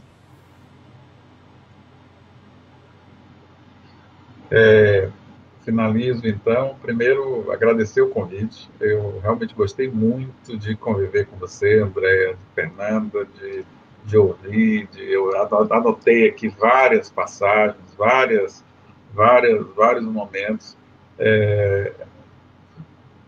Eu que estou no Colegiado Nacional desde a fundação da BJD, é um desafio para a entidade criar uma entidade diferente. Por exemplo, aqui nessa tela a gente está vendo uma paridade de gênero. Isso é estatutário. Para quem está assistindo, que não é afiliado da BJD, não sabe disso. Parece que isso é coincidência. Não, isso é estatutário. Com as nossas ações todas tem que ter paridade de gênero. A gente tenta combater esse racismo estrutural. Isso é um desafio. Não vou dizer que nós temos muito que fazer enquanto associação. De vez em quando, todos nós somos puxados da orelha coletivamente, com razão, enfim, é um processo. A gente não vai fazer mudanças, desconstruir isso da noite para o dia, mas é um esforço coletivo. Então, sinto orgulho dessa trajetória da BJD, de estar cerrando o ombro, fileiras com pessoas tão interessantes, instigantes, enfim. Acho que o nível do debate aqui mostrou isso. Acho que a gente, nesse momento da pandemia, a gente poderia dizer vidas negras importam. Talvez a gente tenha que dizer que vidas importam, né? No Brasil a gente está, nesse momento, até numa piora, mas vidas importam mesmo. A gente teve agora, esse ano, só para ilustrar dois números, um aumento de 8% na taxa de homicídio nos meses de janeiro e fevereiro, em parte porque nós tivemos um aumento enorme na comercialização de armas. A gente saiu de uma média aí de janeiro a abril de 14 mil armas para 48 mil armas, é quase 3 vezes, um pouco mais de 3 vezes, 3 vezes e meia aproximadamente, o volume médio. Então isso, as polícias também, houve um crescimento da letalidade policial, enfim. O que está acontecendo na pandemia, no Covid-19, é mais ou menos o que está acontecendo na nossa sociedade. A nossa sociedade, a sociedade brasileira, fez uma escolha de mais violência, de mais encarceramento. O judiciário agora na Covid decidiu não manter as pessoas, e poderia ter liberado muita gente. Eu acho que seria uma forma de lidar melhor com essa pandemia. Para os crimes de baixa gradação, crimes de penas baixas, na maioria das vezes, o que o sistema de justiça faz é só fornecer mão de obra para o crime organizado. Porque para sobreviver dentro dos presídios superlotados, se você não engaja numa das facções, é muito difícil a sobrevivência dentro do sistema prisional. Eu militei muitos anos no AB, enfim, convivi muito com a estrutura de prisional, visitei presídios. Recomendo, todo mundo que tem que fala dos presídios, faz apologia do sistema prisional, devia visitar pelo menos uma vez na vida uma unidade prisional. No cheiro, no momento que você entra, você já começa a repensar a sua visão de mundo sobre o sistema prisional. As pessoas não têm noção do que é. Enfim, acho que o debate é importante, a gente tem que seguir, e infelizmente vamos ter que debater muito ainda, viu? Porque nessa levada que nós vamos, a gente, infelizmente, vai chegar aqui nos 100 mil mortos, vai chegar aqui em mais de 100 mil mortos, enfim, a gente vai ter que rever muita coisa nos nossos municípios, estados. Esse debate não se encerra, nós não estamos longe ainda. Eu acho que a gente talvez esteja no fim do começo da Covid, a gente não está nem no meio ainda da crise da Covid no Brasil, e muito longe ainda de sinalizar para um fim ou para uma convivência possível, vamos dizer assim, com essa pandemia. Então, parabenizar a BJD pela escolha do tema.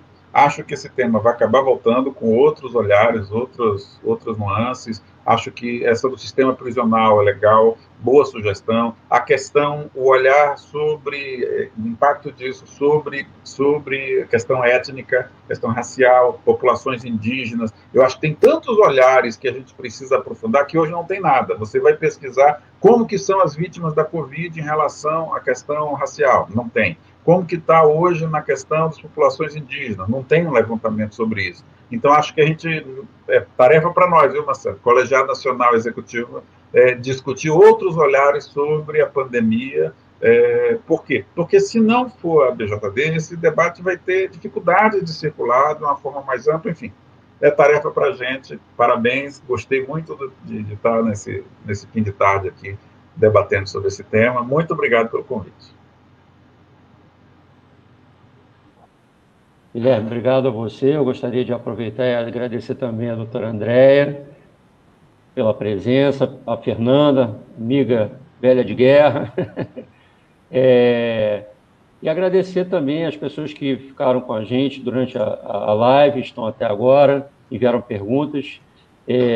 Agradecer também a Coordenação Executiva Nacional por ter me dado essa oportunidade de trazer essas pessoas tão sabedoras dos seus conhecimentos nas suas áreas, né? E poder ter organizado essa live e estar aqui com vocês, né, debatendo um tema que é importante, é um tema atual, e que, infelizmente, a gente não tem uma perspectiva positiva. Eu gostaria muito de estar encerrando essa live dizendo, as coisas vão melhorar, já está passando, mas como o Guilherme falou agora, está longe de passar. Muito obrigado a todos, uma boa noite e até a próxima live da BJD. Um forte abraço.